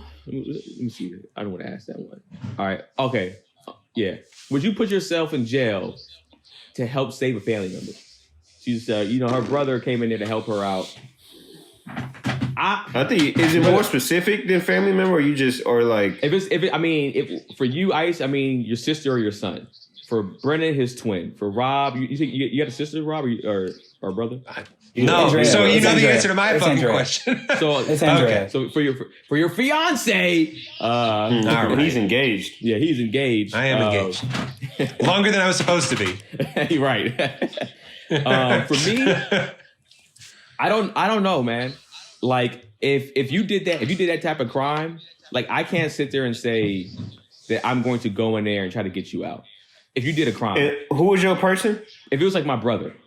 Okay. Like my brother's who's somebody I would like kill for. But in this particular case, it's like my brother murdered somebody. He's like, man, I need you to help me get out of here. I'm like, my nigga, you fucking killed somebody. Like, I'm not. So it depends on the circumstance for you. Well, so it'll be hard. I wouldn't. Here's the thing. What if he's falsely accused? Like, what if they accuse him of murdering somebody, he didn't do it, and you know he didn't do it, right? And now he's in prison for the rest of his life. I'm not putting myself in jail. I am trying to break you out, though. But I'm not going to put myself in jail for you. So that would be a no for me. I'm not putting myself in jail to save you, to help get you out of jail. Maybe my brother would, because on his end, he's like a super smart engineer. So he might be like, if I can get in there, I can engineer some of this shit to get Keenan out. But my brain ain't there. My brain ain't going to be able to get them. Like, oh, shit. We in here both for life? Oh, man. Rob? I don't see how that would help. Like if I went to prison too, like I just like, even if I was just like, she's innocent, like she didn't do it. I'm like, I'm going to be way more good. I'm going to do you way more good on the outside. Like trying to like look into bylaws, get you like lawyers, like try to figure this shit out. Like, I mean, forget the fact that she's going to be in like, we're not going to be in the same like prison even. Yeah, in your case, yeah. Like, so like, no, I probably would not just like go to prison. I would probably try to figure out how to get her exonerated from outside. What if she's begging you to join her? Tough luck. What am I gonna do? Like they're not gonna put me in. Not gonna put me in the same prison. So no, I don't see how that would help. Ice. I mean, kind of similar to Rob's situation. I wouldn't be able to be in either one. I'm too old for juvenile, and then I can't be in a women's facility. I think the only way I would try it, the only thing that I would do is I would just get a job as a PO and try to break them out that way. Like that'd be my only way, is like be either PO at the women's jail or the PO at the juvenile, and be like, hey fam, I got these keys. At this time I'm gonna do this and this, and then you're gonna get out. Or, I'm off at this time. You're going to, act like, just my luggage or something or my bag. You're going to get in my duffel bag, and then I'm going to leave for the day. Like, that'd be the only way that I can either, have any effect. Brother? My brother and I together actually watched this show called Prison Break. Have any of you guys ever heard of that show? Yeah. I didn't watch the whole thing, but I've heard of it. Yeah. I didn't It's one watch of the biggest shows of life. I'm just saying, imagine watching that show with your twin brother.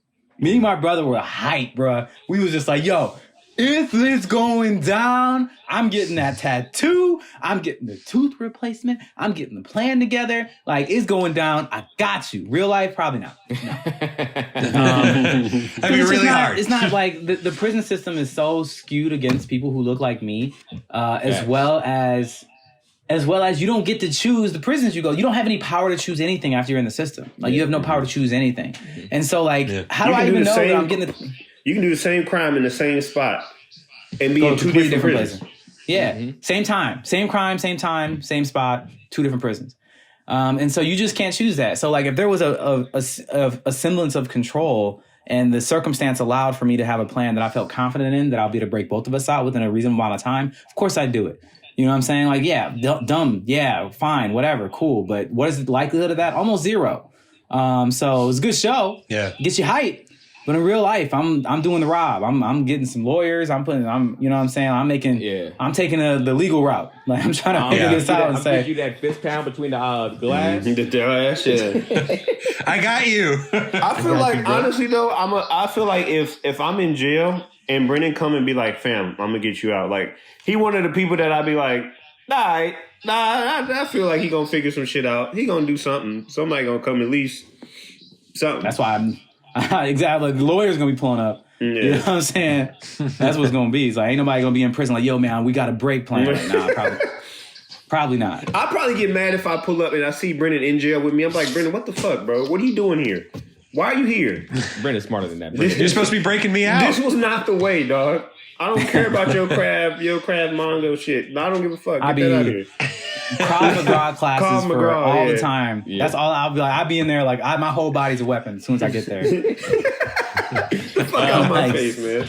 All right, so this is kind of I had to kind of combine Brendan and Ice's question because it's very similar. Brendan's question was, have you ever had a girl flip personalities on you after you got close? And then Ice's question is, talk about an experience you had with somebody with a split personality. So not really the same, but kind of. Go ahead, Brendan. You can answer both of those. I'd say that I think almost everyone's going to have an answer yes to this at some point. And I think I'm not going to say this is not necessarily a feminine thing by any stretch of the imagination, but typically for me, being a heterosexual man, I'm going to end up getting closer to women quicker than men. That's just kind of how it goes.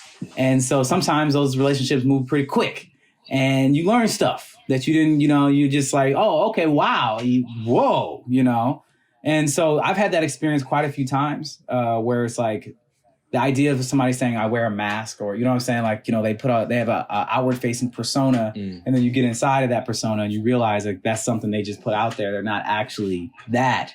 I've had that experience a few times where I'm just like, oh, wow, like we're not even cool. Like, I don't trust you. I don't like you, like kind of thing. So I say yes. I don't have any specific stories where it's nothing like, I don't. In the sense of like, I don't have anything dramatic that happened. And then I was on like, it's not like gonna be like Ice where it's just like, and then she had the car on fire, chased me down and blew it up over the edge of the thing. I dove into the water and somehow survived. I'm not gonna have that story. I'm just gonna say that I have had this experience and I separate myself from those type of people smart. Pretty quickly normally. Very smart. Is pretty much it. So as soon as I recognize it, I leave. So for me, there's no story. You know what I'm saying? It's just like, oh, damn, that's crazy. I'm out of here. Yep. I feel you. So that's mine. But also your second part of that question is, have you had experience with somebody that has good personality? Oh, that's Ice's part. I mean, I've known some bipolar people for sure. And people that, that suffered with that. And so I've seen that for sure. But I don't think no. Like nothing that it's like I have a noteworthy story. I've just seen things happen and you're just like, oh wow, that's a whole different human being. And then somebody will tell you like they're bipolar and you're like, oh, that makes a lot of sense. No. And then and it's all right, cool. No. Well, moving on. Don't be myself and Irene type shit. No, I don't have anything like that. Nice. Both questions. So mine is a combination of both because it was a woman. All what Brennan said. So let's just move that. You just saved me 5 minutes. All what Brennan said. So I was talking to this girl, and spent the night over her house one time, and I just saw a bunch of medication in her bathroom, and I'm like, all right, whatever. And I asked her, I'm like, damn, you got a lot of medication. Like, what's up? You good? And then she was just like, yeah, it's just like I have really bad acne, and I take it from my acne and stuff. And I'm like, all right, cool. I ain't never really heard people taking that much medication for acne, but we were still fairly new, so it's like I can't really pry too much. That we go to a baseball game. We take in public transportation. We take like the light rail or whatever it is to get there easier. So we on the light rail, and she just rummaging through her bag like really angrily, and I'm like, "What's up? You good?" She's like, "I left my meds at home." Like, "Oh my god, oh my god." I'm like, "You left your meds at home? Like, what?" He's like, "My acne meds. I left them at home." I'm like, "Okay, they acne meds, fam. Like, you have a breakout right now? really? Like, you're not gonna break out right now. It's a baseball game. Like, we gonna get after the game. We go back to your house. We're good. Like, chill." She's like, I don't know. And then she's like, "Okay, I chilled." She chilled.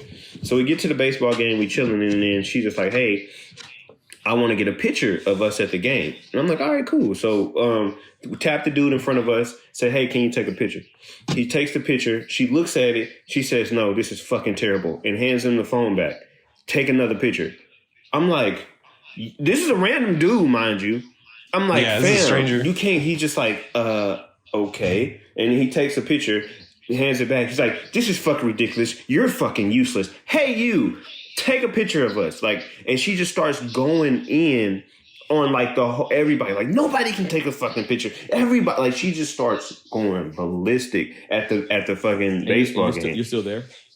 Because I'm like, fam, like sit down, like chill. And I'm like, he was like Naruto. He froze in danger. Yeah, I'm like that GIF, that GIF or whatever. That dude is going like this, and he just disappeared. I fades away.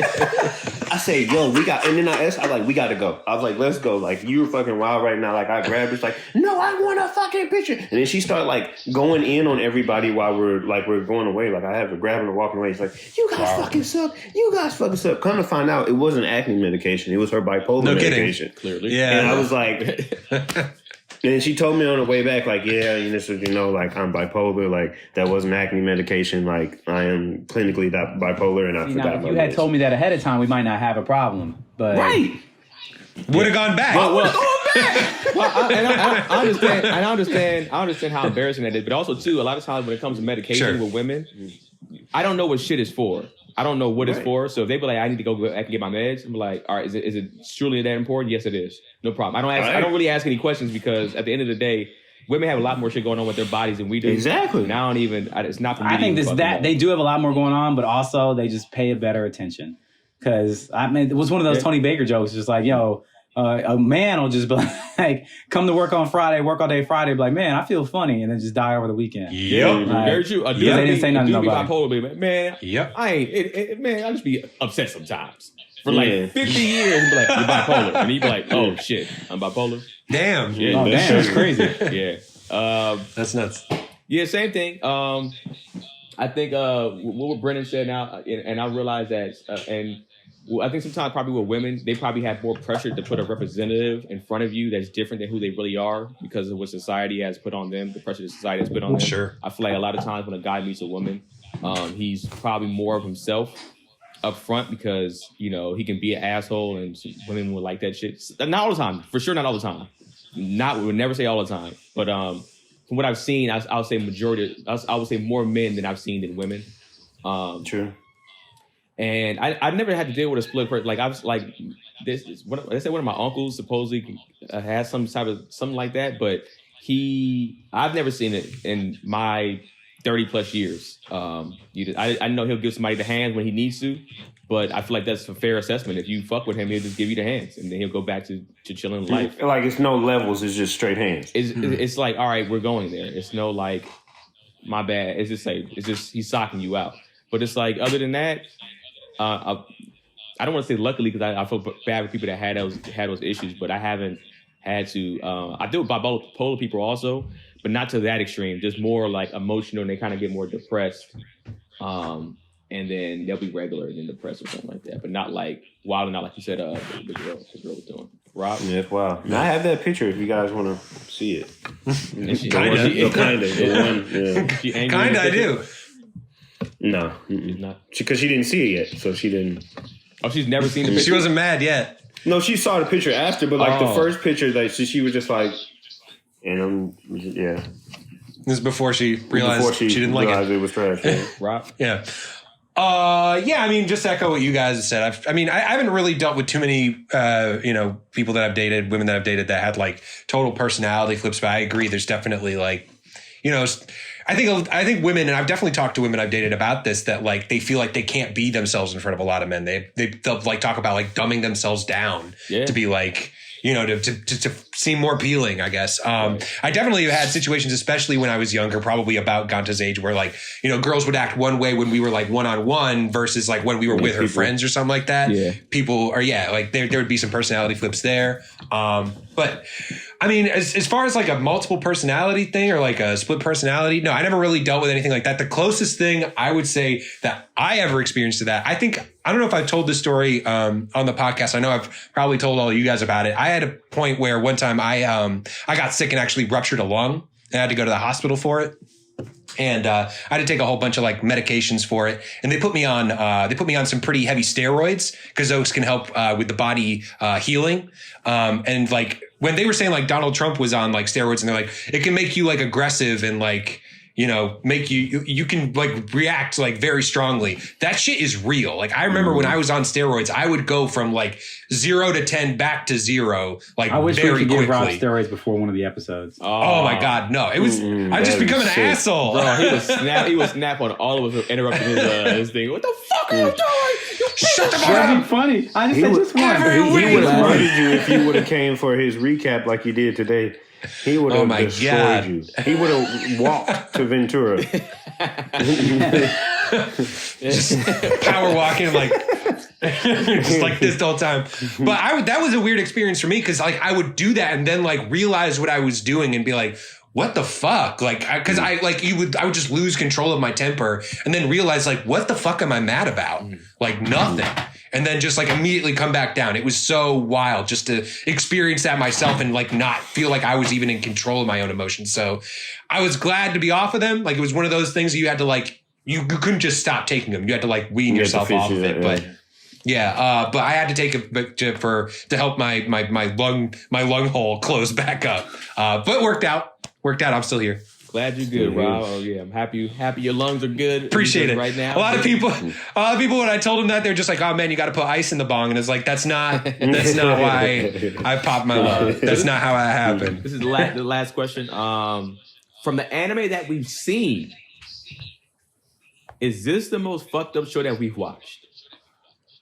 As of right now that we've seen, I would say this and Promised Neverland are pretty.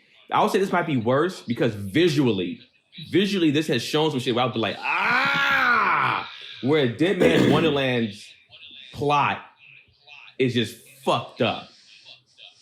But this, I say this one gives the slight edge only, like if they show like the, you know, spoiler alert, if they show like the demons like actually eating the kids, I'll be like, fam, this is crazy. But I have seen some visuals on the manga recently about it, and it's a little bit different. But I would say yes, as of right now, from what we've seen, this show is pretty messed up, man. From the language, y'all watch the dub, y'all watch the dub the next 4, see if it's still like the same type of language.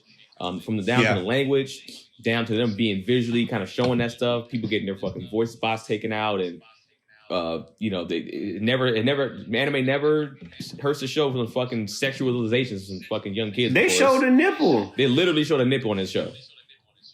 This is wow. I think they covered it up on yours. I don't even think that was in this. They showed it on ours. Yeah. They showed a nipple. They showed the bipolar girl. I forgot Mizuki, whatever. When they're in the room, her too. Yeah. She turns around. They show it like kind of like from like the side a little bit. You see it. No, they show it. They show it full on too. You showed it full on. They show it when she get caught by her dad. Like when they come in, and then when she about to strike, it's like full nipple. Yeah, bro. Yeah. So this show is borderline hentai at some points. But I would say this show, Rob. I mean, there's a lot. It's tough to say. Like, I would even. Every time we talk about like fucked up anime or like fucked up shit we've seen on anime, I always come back to Goblin Slayer. That like first episode is just like, and even the fact that like it comes up a lot. The goblin rape is like every couple episodes somebody got goblin raped, and it's just like that's a fucking awful thing. Like, and they go there. Like they don't show everything, but they show a lot. They show like goblin hands gripping cheeks, like it's a lot. So that probably still holds the crown for me. That's what I kind of judge everything by, is like, is this as fucked up as Goblin Slayer? And Deadman Wonderland comes very close. I fucking missed Goblin Slayer. Not miss it, but I missed it. You're right. Yeah, I got you. You're on tape saying you missed it. It's okay. I would never vouch for that shit, Brennan. I mean, Rob makes a good point, but I still give the crown to this show because, you know, like, yes, goblin rape is the worst thing ever, but this is children being forced. Yeah, this is like the eye getting taken out and what's going on to these children and just like so many people just being slaughtered and a lot of evil. I don't know. It's just, for me, the children thing is really what changes it for me because it's like, what's it called? Promised Neverland. Like, that's all children too, but it's like the vast majority of that show is like an escape show where it's like, you know, like you're not really like seeing too much of the horrible things happening because they don't happen very often. But this show is like every single episode, something horrible happens to somebody, or normally more than one person that will be beyond traumatizing to any regular human being. Yeah, Goblin Slayer is pretty bad too, but it's like the adventurers that normally were getting, the things that were happening to the people that with the goblins, like the goblin rape and all that kind of stuff was like you went into a cave to kill them. You know what I'm saying? Like, you were there for the hands and you got more than hands back. Yeah.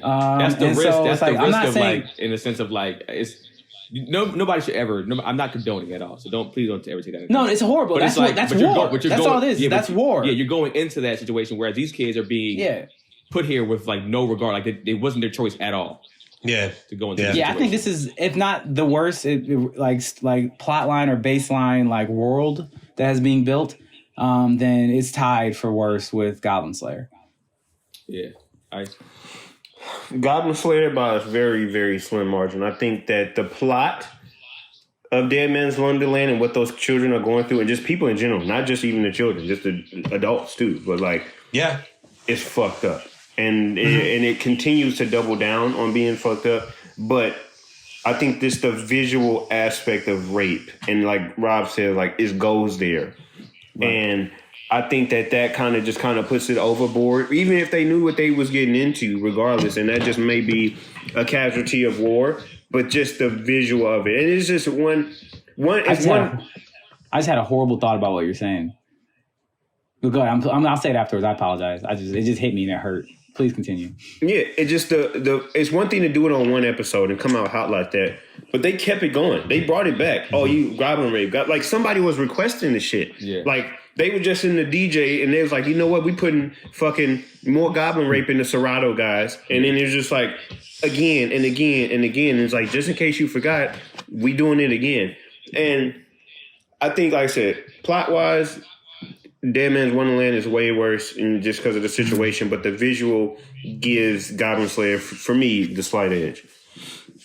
Yeah, I mean, it's not really an argument. I can't really argue either one, to be honest. It's so messed up. I can see either one. What was your thought, Brenner? I don't think I should consider share. that it is something that you can keep to yourself. Yeah. You can choose to not say it. Yeah. I think you got to put that out there. All the fuck shit that you were saying before we started recording. Nah, bring that same energy, dog. Come on. That's what you saying before we're recording. You don't say it during the recording. Nope, I want that same energy, Brennan. Don't bitch out on me now, Brennan. If it's that bad, no. Okay, it's a question. It's a question. Is what it is. And the question is, would you rather get? Oh. Fuck, would you rather get your eye taken out? Oh. Okay. Or would you rather get prison raped? I mean, it's your question. You answer it first. Yeah, you go ahead. I don't even know. You asked the question. You answer that shit first. It's just like this is the thought I had. And it's a horrible thought. I don't necessarily have there's not a good answer to that. Because the reason I thought of that question was because what Ice was saying. Is saying he's just like, yo, this goblin rape's the worst thing ever. It's horrible, blah, blah, blah. And I was just like, you can survive both of these things that I'm referring to. Mentally, you are fucking done for both of them. For both of them. But I'm just saying, like, goblin rape made me really uncomfortable. Like, watching that happen and like, being around it. But, like, seeing that eye get taken out, like, I could not look at, like, I had to, like, remove myself from the screen. I could not look. Yeah. I see what you did there. Take my I'll take the. I don't know. I don't know is the answer. Like, do we all? If I answer it, are y'all gonna? I'm gonna answer. Take my eye, fam. Take my eye. You can have it. It's fucking yours. It's fucking yours. You can have it. You can have it. I have another one. I only have one asshole. I got 2 eyes. Fuck that.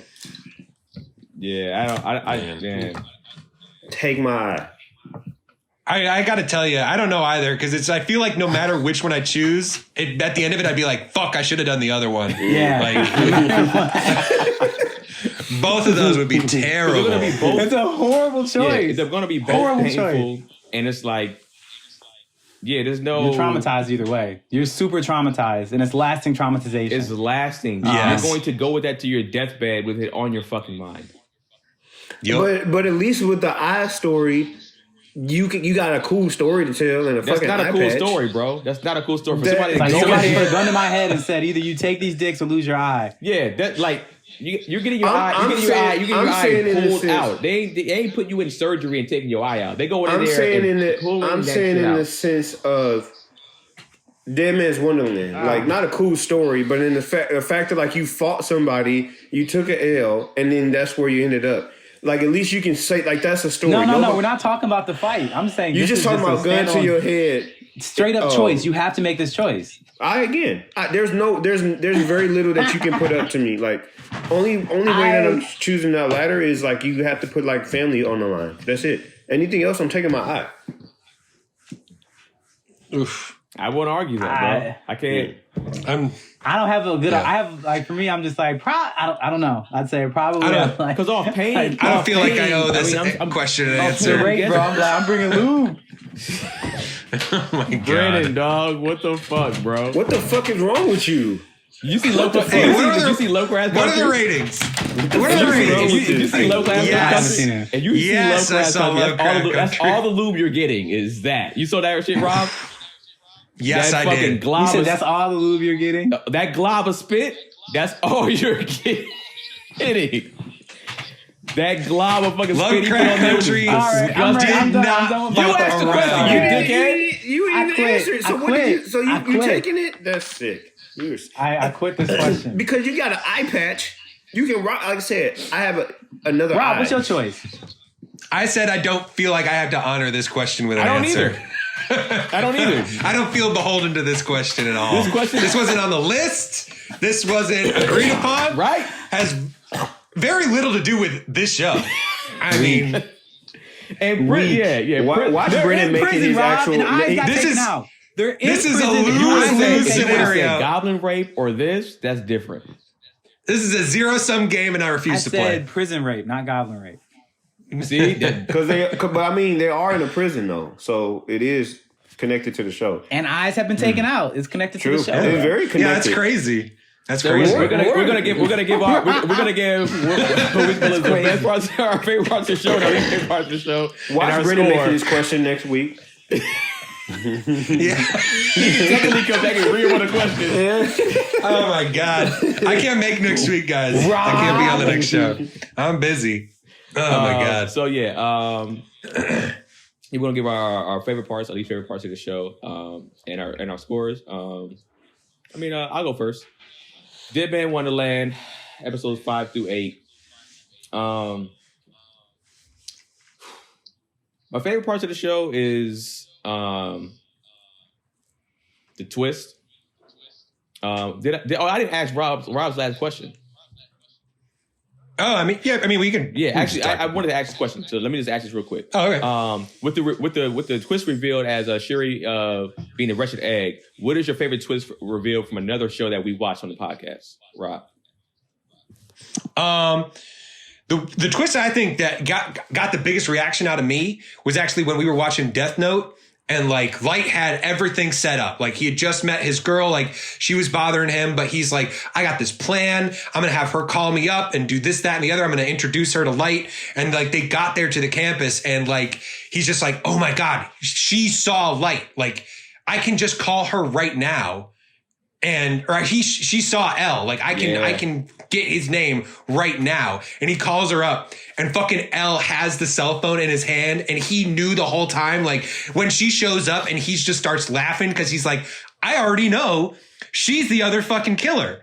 And I just saw the two of them together when like that all came together that he like, and like, he's just like, oh, your girl's in cuffs right now. She's on her way to the fucking prison. Like that shit blew my mind. That was the climax of Death Note for me. That was the top of the top. Like I was just like, this L, like if L doesn't win this, I'm going to be pissed. Yeah. And I was. Round of applause. There's a lot of good twists and turns in there. I would say, Promise Neverland, just to go back to that recently, and I don't want to use the same one as Rob, but I thought just like Ray being in the womb and then knowing the song and that shit was, I was just like, oh, that shit was crazy. I was like, that was crazy. Yeah, I was kind of like, I really my jaw was on the floor like, yo, fam, that was wow. Yeah. So yeah, Promise Neverland twist. Brennan. I'm gonna go with Megalobox. The part where the veteran had to deal with like the suicide episode. I used to be like, fuck! My answer! That episode, we all were like, you guys remember how solemn we were? That was the most solemn episode we've ever done. Yeah. It was like, that was one of the episodes of Megalobox where all of us were just like, yo, like, we need to appreciate the things we have. Like, this is some real shit, guys. Yeah. Y'all have a wonderful, I appreciate each one of you guys. It was like that hit me so hard. And I was just like, shit. Like, just didn't see it coming. Cause it's a boxing anime. Ha ha ha ha. Like, nah, bruh. Yeah. Take these feelings to the face. Ice. Go ahead, Ice. Fuck you, Brennan. And you can read it if you want to, but I mean that one, but I do want to do something different, and I think I guess it's a twist. It kind of made the whole story. With Tokyo Ghoul, and kind of similar to this twist is that the girl that he was going on a date with and he was loving. Oh shit. Yeah. She switched it up on him, and she ended up being a ghoul that not only a ghoul, but ended up turning him into a ghoul. I think that was like, wow, man, that's fucked up. Like that's the worst first date ever. That was bad. Oh, bad first date. Yeah. All right, so now, sorry for the story, and I'll make mine quick. Best part about this show, these episodes was just finding out about the resistance. These wasn't amazing to me, but finding out about the resistance. Least favorite part, I don't know.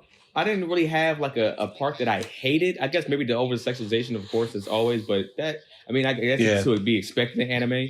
So I don't really have a least like horrible part that I hated the most. I'm sure you're gonna mention something like, fuck, that was perfect. And I give my overall score, I'll give it a 5,500. You went down from last week? I think it's the same. Yeah, I think it's the same. Yeah, I don't remember what you had last week. It was about that. Somebody was in the 6,000s with me last week. Was it with me? It must have been Keenan because it wasn't Brennan. It wasn't me. It wasn't Brennan and me. 62. I thought it was very the same, but I would say I'll give it a 5,800. It wasn't too far off. Look at Ice lobbying for higher scores for his show. That might be the most successful lobby of all time in score ranking. Kudos to you, Ice. That was well done. Putting that political I was trying to remember what I gave it. I thought I gave it a 6. I thought I gave it a 6,000 last time. But I mean, yes. Yeah, I think you gave it something. But yeah, not too far off. They weren't great. They weren't amazing.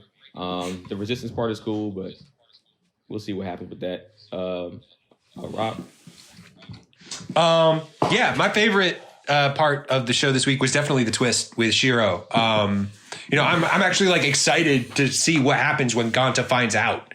Like, what the fuck is that going to do to him? That's going to mess him up. I'm really I'm not looking forward to it, but I'm looking forward to it. Like, that's going to be, I'm excited to see where the show goes. So that's my favorite part. My least favorite part is just some of the inconsistencies. Like, if you think about, like, I was thinking about, because I watch it and then I go back and watch it again while I do my recaps. I write out my recaps, and I noticed, like, okay, you and Shiro get kicked out of G Block, right? And Yu's like, I'm going to get back into G Block. So it seems like he just gets kicked out and goes back in. During that time, Ganta gets through his whole re-education program, sleeps a day, wakes up again, fights the crow, sleeps again, wakes up the next day, sees him get his eye taken out, sleeps again, meets that girl, sleeps again, fights her. And that's when Yu shows up. He was looking for G-Block for 5 days, I think, in storyline, like at least 3. And so like, it was just like, and they treat it like, okay, he just got kicked out and then he just like walks back in. So like the time scale of what these characters are doing is just completely all over the place. So that bothered me. So obviously the show still has a lot to work on. And it's not my favorite thing we've watched, but I would say it did get better for me this week. I would say I'm going to bring this up. I think I was in like the 4,000. I'm going to bring this up to a 5,000 this week because I'm definitely more excited to see like where it goes with some of these characters and how some of this conflict works out. This is the last. No, you batch, was at 5. Was I at 5? You was at 5. I You did 5, 4,500. and then Brennan did 4,500. Oh, you're right. I did 5. Okay, so then yeah, he really is lobbying for these points. I'll take it up to 58 then. 5,800. Come on, Brennan, what you got? Okay, Brandon. My favorite part was outside of the flip, like Rob talked about, was when Ganta was fighting the crow guy and shot the thing down and then beat him with he sliced it and beat him by putting his hand on the chest. I was like, okay, that was smart. Didn't really see that coming from him. I thought that moment was pretty fun. My least favorite part is kind of sort of along the same lines of the inconsistency that Rob was talking about. Was like, how is this a fucking prison? Like people, they have the Resistance has a bar where they can just hang out and just show up and leave as they please. They're just walking through the hallways, just going wherever they want to go. You shouldn't be out of your cell. Then why the fuck didn't you lock it? You know what I'm saying? Like, what kind of prison is this? Yeah. Like, these people just go in and out of wherever they want to go. Like, I'm going to go to G-Block. Nobody cares that this prisoner's been missing for his cell for 5 days. No one's looking for him. Like, those robots don't get called anymore. He's not a dead man, but he's walking around the G-Block like it's his, like, you know what I'm saying? Like, the inconsistency. And then the warden of the whole prison has been fighting to get the G-Block, and this one prisoner just walks over there like no problem. I'm like, how? She has all the resources of all the rest of the blocks, can't find this stupid G-Block on her life. One stupid guy who continuously gets his ass whooped walks there like it's no problem consistently and has more money than everybody else. True. I mean, True. And then the whole money thing. There's no need for contraband here because you can buy your time. Like, get the fuck out. Like, there's so many things about this that don't make any sense for a world built upon the premise of it being a prison that it makes it hard for me to take the rest of the show seriously in any way, shape, or form, which I don't anyway. So the world building is happening, and I think it is an interesting idea of a world, but the inconsistency of it kind of ruined the world building in itself. Is that, like, how does anything even unequivocally exist in this place? Like, even like the girl's powers, like the hummingbird's powers, like she's taking, like, she was whooping his ass with those powers, but didn't really do anything to him. Like, she's like, oh, I'm gonna fight, I'm a badass, and her hair comes up. It's like her fighting power, like what she did when she was like slicing him, was like, oh, that's another light scrape, as if he just fell and scraped his knee. Like, what is that supposed to do to somebody in a fight to the death? You know what I'm saying? Like, I don't know. I didn't get the power scales and things like that. Also doesn't make sense to me. So overall, guess what, Ice? It's staying where it was. I do not care any more than I did last time. My curiosity says exactly where it was. 4,500 lobby. You actually gave great points, Brennan. Like, some of the points I didn't. Yeah, I'm down to a 55 again. Yeah. I'm back down, bro. Nope, your points are already set in stone. That's it's in the book. It's in the book. 5,200. I did not expect that response from you, Ken. Ken's like, that was you made excellent fucking points. You lobbied to bring this shit down. Just like that means technically my score was just right the first time then. So if that's the game you want to play that is locked in. You was locked. All right, so I'm locked at 55 from his first score. Vote is cast. Locked in my first score. Go ahead. That's funny. Nice. Woo! It's still, it's better than 52 than what you said, so still a win. Whatever. It's locked in my first score. It was 52. That's what it was. Go ahead. No, Ice, you said 55. Ice, tell us how amazing the show is to you. I'm not going to do that because I have no illusions of grandeur. I think it was a very fun part. I think it was a better stretch of episodes than the previous 4. I think, again, to my point that I said last week, once you get, it's kind of to the point that Rob made about Guy to High School, the first 8 episodes, like, it's kind of turning your brain off. And I think that when you start There's no payoff. I'm It sorry. is in a sense though, because you think The about it, fight, you watch one moment of dope fights. Everything else has been trash. No, not really. It's just I think the story part of it, like if you the intricacies and when you get into it, and it's just like, okay, that shit is trash. I'm not negating that, but the elements of the story that you want to figure out. You want to figure out, like, I mean, they answered it was like, what happened with you and his sister, and then what happened? What the fuck is going on with Ganta and his mom? Like, what's up with that? And then they add the part where Shiro is cool with Ganta prior to, and it's like, oh fuck, that's cool too. And it's like, damn, Shiro got these powers that we seen it to a certain extent work. Damn, I want to see her get active. Like, there's a lot of, and then you want to go know what's going on with the warden, where it's like you looking at the warden, it's like, damn, I want to see her get active. Like, I want to see her find, the other side of G Block and everything else. So I think there's a lot of questions that you want to, at least for me watching this, like, I want these answers, and I'm in tune with a couple of the characters enough to want to figure out what's going on. And I think that's really what's propelling the story. The action is so. The resistance, I think, is trash. Like, I think they're garbage, and I thought it was hilarious seeing Ganta go in on them, because everything he said is everything that I felt. They just look like they put. I didn't feel motivated seeing those guys, but the story piece of it is really what's propelling me to watch it, because I really want to see, like, I don't know how they're gonna wrap all of these in 4 episodes. I don't think so. But if they are able to button everything in 4 episodes, have the warden find out what's going on, see what the backstory with Ganto and Shiro, see Shiro get active, and then you see, what's going to happen with you and his sister, and then we see what happens with the Tamaki and the director, and then also too the part with the wretched egg, like seeing all that happen and getting answers to those, I think really pushes me to want to watch it even more. But at the end of the day, I wasn't like blown away 8, by any of it. No, I would never give that show 8,000. I'm gonna stay where I'm at. It was like I'm giving 6,600. I have one last point I'd like to make about the show being garbage is the entire protagonist's motivation doesn't make any sense to me. Zero. You telling me a being floated up to the 3rd floor of your classroom and slaughtered everybody around you and then put a little thing in your chest, and your entire goal in life is to try to go and find this thing again and kill it when you barely can defend yourself against regular motherfuckers? Like, what does he think he's gonna do when he sees the red man? Like, I'm gonna kill the red man. Like, red man will fuck you up. The red man that showed up and like slaughtered the whole classroom. But when you got revenge on your mind, all that shit goes out the window. You're a child. When you see red, when people see red, they see red.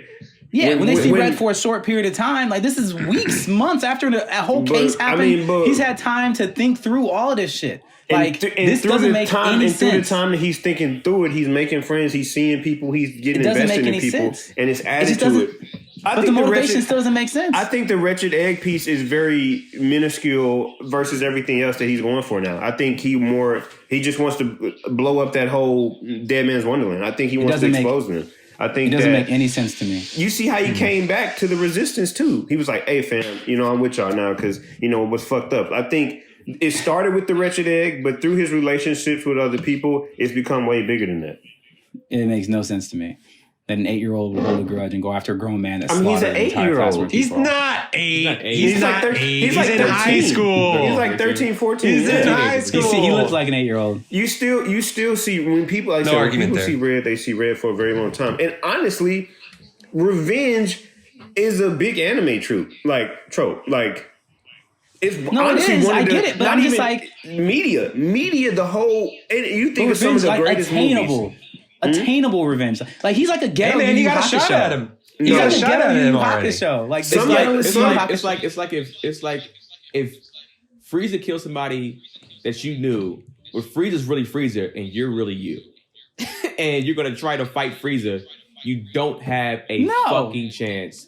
But you don't know Dragon Balls. You only thing I would do is try to find somebody as powerful as Frieza to take him out for me. But it's still revenge nonetheless. And there's people. I mean, you watching Naruto? Sasuke want to find fucking Itachi. Like, that's a big part of Naruto. Like, didn't even know that. I know he wants to find somebody. Didn't know the person's name. He hasn't said him yet. Thanks, though. Appreciate you, man. You're always so good for me when it comes up. Brennan, watch this show. Let me just ruin some shit for you. That's neither. They did allude to it. They show little images and allude to it. They don't reveal who it is. I didn't say anything crazy. Like, I didn't say nothing crazy. I promise you. Like when they say you like, oh, I already knew that. Like that's nothing. But like, revenge is a plot. Like that, you think of some of your favorite stuff. At least one movie or something that's your favorite. Revenge is the plot. Yeah. All right, we're almost at 2 hours, guys. Let's wrap this up. So, answer all the questions in the comment section, guys. Oh my god. Let us know what y'all think of the show. For these episodes 5 through 8. Answer all the questions. Go ahead and drop your stuff, Rob. RV Danger on Instagram. RV Danger 44 on Twitter. Ice. And Mr. Producer Face on the gram. I said Ice, but go ahead, Ice. Ice.McGowan on everything. Did we get any love on Cash App? No, I didn't see anything. That's okay. Keenan Baker on every single thing. Cash App. Animeshun. SHUN podcast on the Cash App. Hit us up. Get us there. Hit us up on all social media platforms. Make sure you watch the YouTube. The YouTube is always fun and dope because you can see us visually. You can see our beautiful and handsome faces when we talk our shit power up. We think Brennan giving the people's elbow to this guest room. Just like the most electrifying move. I don't know what you guys are talking about.